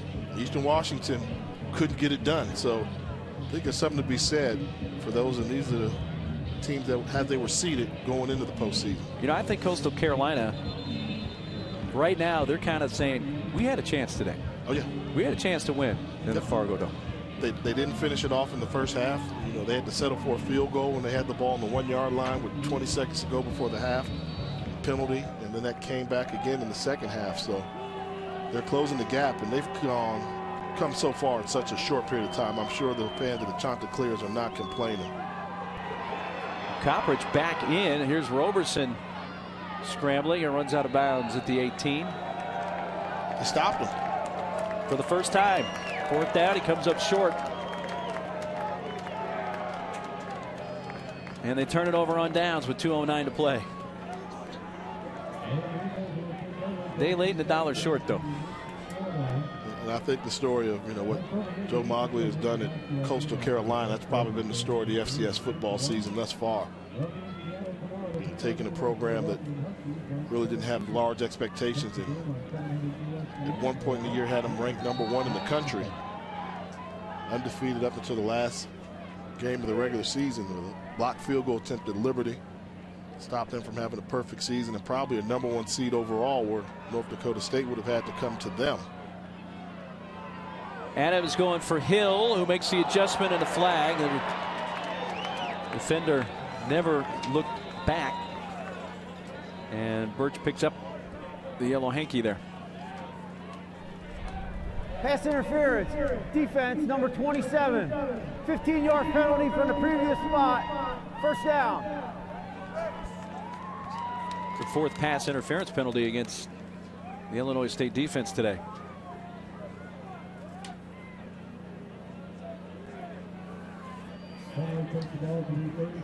Two years ago on this very same field in the quarterfinals, Illinois State was beaten 51-35. And then Eastern Washington lost to Sam Houston State the following weekend in the semis here, 45-42. Nice catch.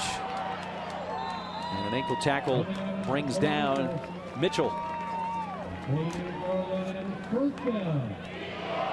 First down stops the clock briefly with 1:54 to go.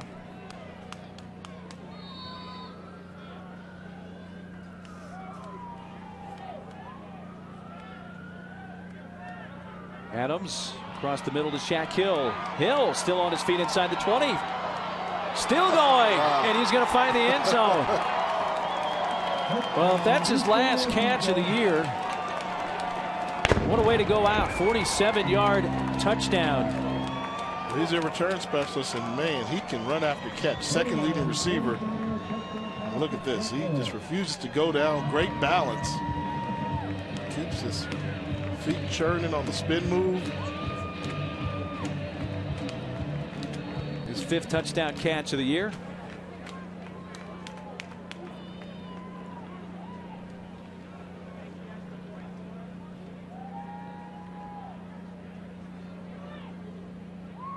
(59-46). Well, it's a 13-point game with 1:40 left, but it's still going to take a whole lot to go right. 2 onside kicks. Yeah. They have to recover.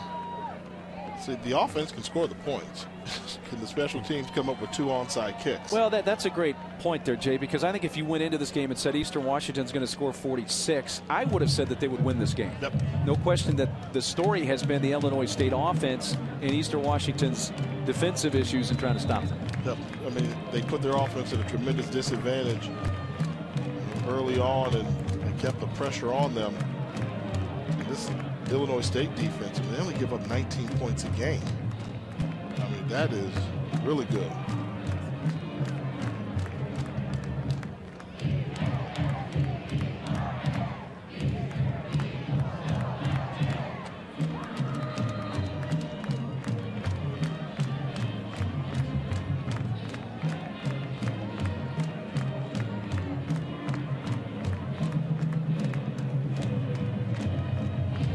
Onside kick upcoming here with 1:40 left.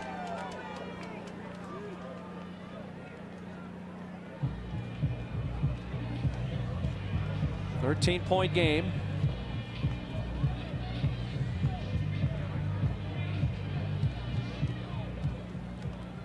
Now there's apparently a medical issue in the stands. There was a thinking that the ambulance over there may be brought across the field. They're going to attend to that individual without the ambulance coming across the field.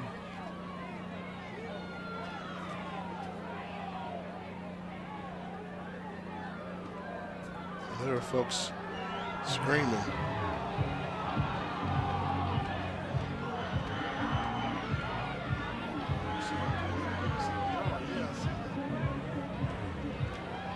Actually doing CPR on an individual in the stands, so football is suddenly taking a complete back seat to the issue going on in the stands here at Cheney Field or Cheney Washington Aroo's Field. The medical crew now about to reach an individual, so that has stopped the game. With good reason.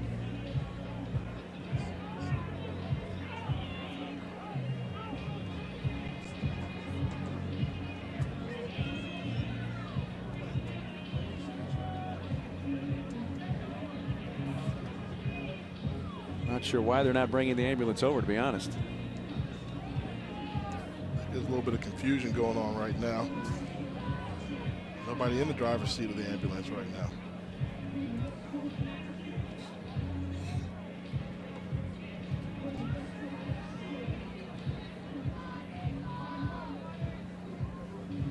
So the teams have gone to their respective sidelines.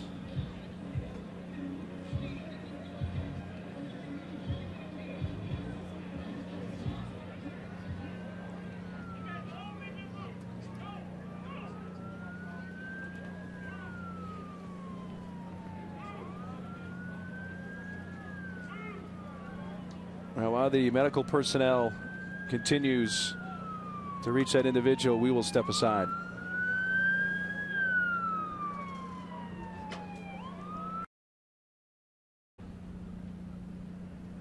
Well, this game at Roos Field in Cheney, Washington has come to a sudden halt with 1:40 left in the fourth quarter, and Illinois State leading Eastern Washington 59-46, and the game has taken a complete back seat as you see players on a knee. There was prayer that was going on with some of the Eastern Washington players as well as the Illinois State players. There is a fan who was being attended to right near the bottom of the stands closest to the field, where there is a small staircase, and medical personnel are attending to that individual now.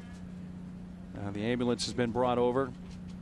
A fire truck is also on site as the individual is being attended to right at the top of a small staircase near the bottom of the stands closest to the field on the Eastern Washington side of the football field.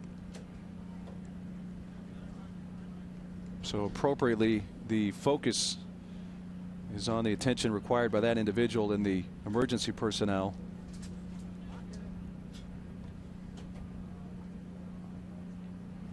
So we will step aside again as that process continues here at Roos Field.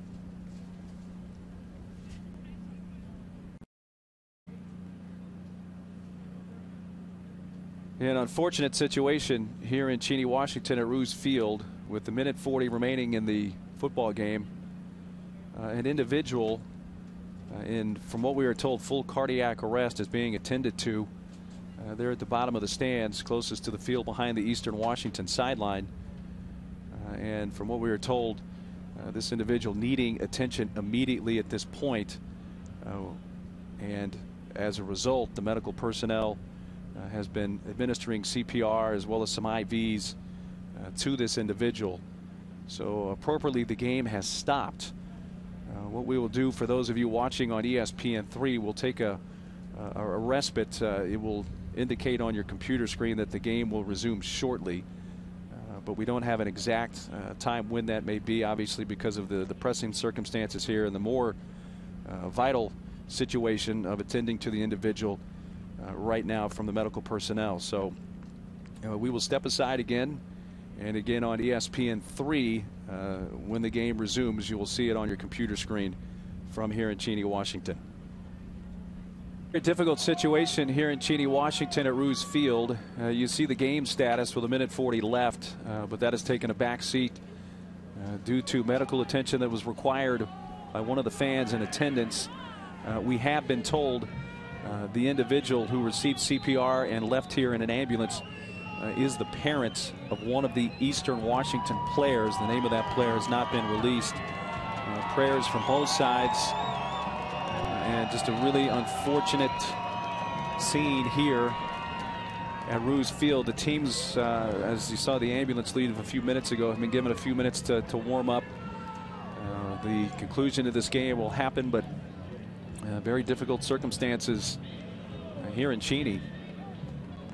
With 1:40 to go, a 13-point lead for Illinois State. And an onside kick coming here from Eastern Washington.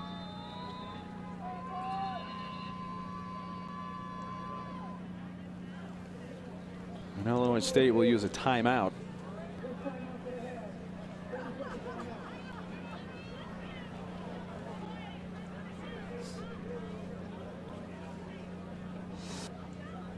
Well, winner of this game will face New Hampshire, the #1 seed, next weekend at New Hampshire. North Dakota State, Sam Houston State is the other semifinal. That will be in Fargo.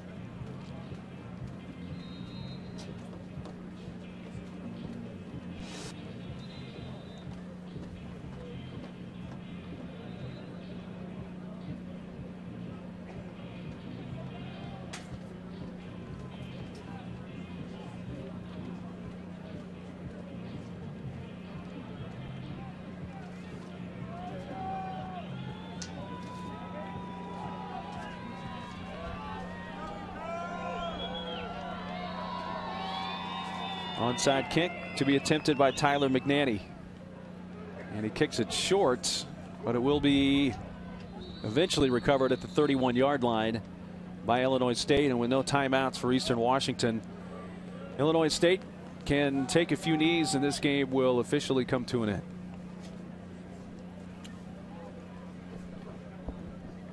Tough way to end a football game. Obviously, health is foremost, and football is just a sport.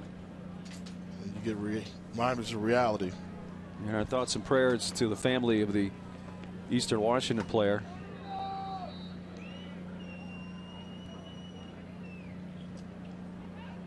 But Illinois State will pick up the 12th win. And after losing here 2 years ago in a quarterfinal game, Brock Spack and the Redbirds will head back to normal, knowing they have a date in the semifinals next weekend. They won this rematch. They won the rematch with Northern Iowa this year. It's the team that continues their record-breaking ways. One win away from making it to the FCS National Championship game, which would do wonders and speak wonders for the program and the job that they've done in Normal, Illinois. Nothing normal about this football team. They're good. So 4 teams left now in the FCS playoffs. And if you're New Hampshire, from what you saw, especially offensively from Illinois State here today, there has to be some concern. They're balanced. I mean, a balanced team is a dangerous team. They're never going to be one-dimensional. They can throw the football. They can run the football. You know, with the star power they have running, you think right away take away the running game. But with Trey Roberson's progression as a quarterback and the ability to hurt you throwing the ball, and Meredith catching passes all over the place, this is a team that's dangerous. They're built to beat anybody. Well, again, our thoughts and prayers to the family of the Eastern Washington player, the individual who needed medical attention, and an unfortunate end to this game. But Illinois State wins it over Eastern Washington 59-46. And the Redbirds head to New England to take on New Hampshire. Trey Roberson outstanding today. Of course, Marshawn Coppridge also brilliant. Coppridge finished with 258 yards rushing, 4 TDs. And Roberson 206 yards passing and a couple of TDs. And Roberson's been playing football at a very, very high level the right time of year. Towards the end of the year, he's been in command, and they're a dynamic 1-2 punch. That's Roberson and Coppridge. Get used to him. So again, the final score, Illinois State 59 and Eastern Washington 46. Well, to watch this entire game on replay, as well as other games on our family of ESPN networks, log on to watchespn.com or download the Watch ESPN app. For Jay Walker and our entire ESPN crew, I'm Mark Neely. Thanks for sharing this one with us. To get our thoughts and prayers to the family of the Eastern Washington player due to the medical attention he required just a short time ago. Illinois State moves on. They'll play New Hampshire next weekend in the FCS semifinals. So long from Cheney, Washington.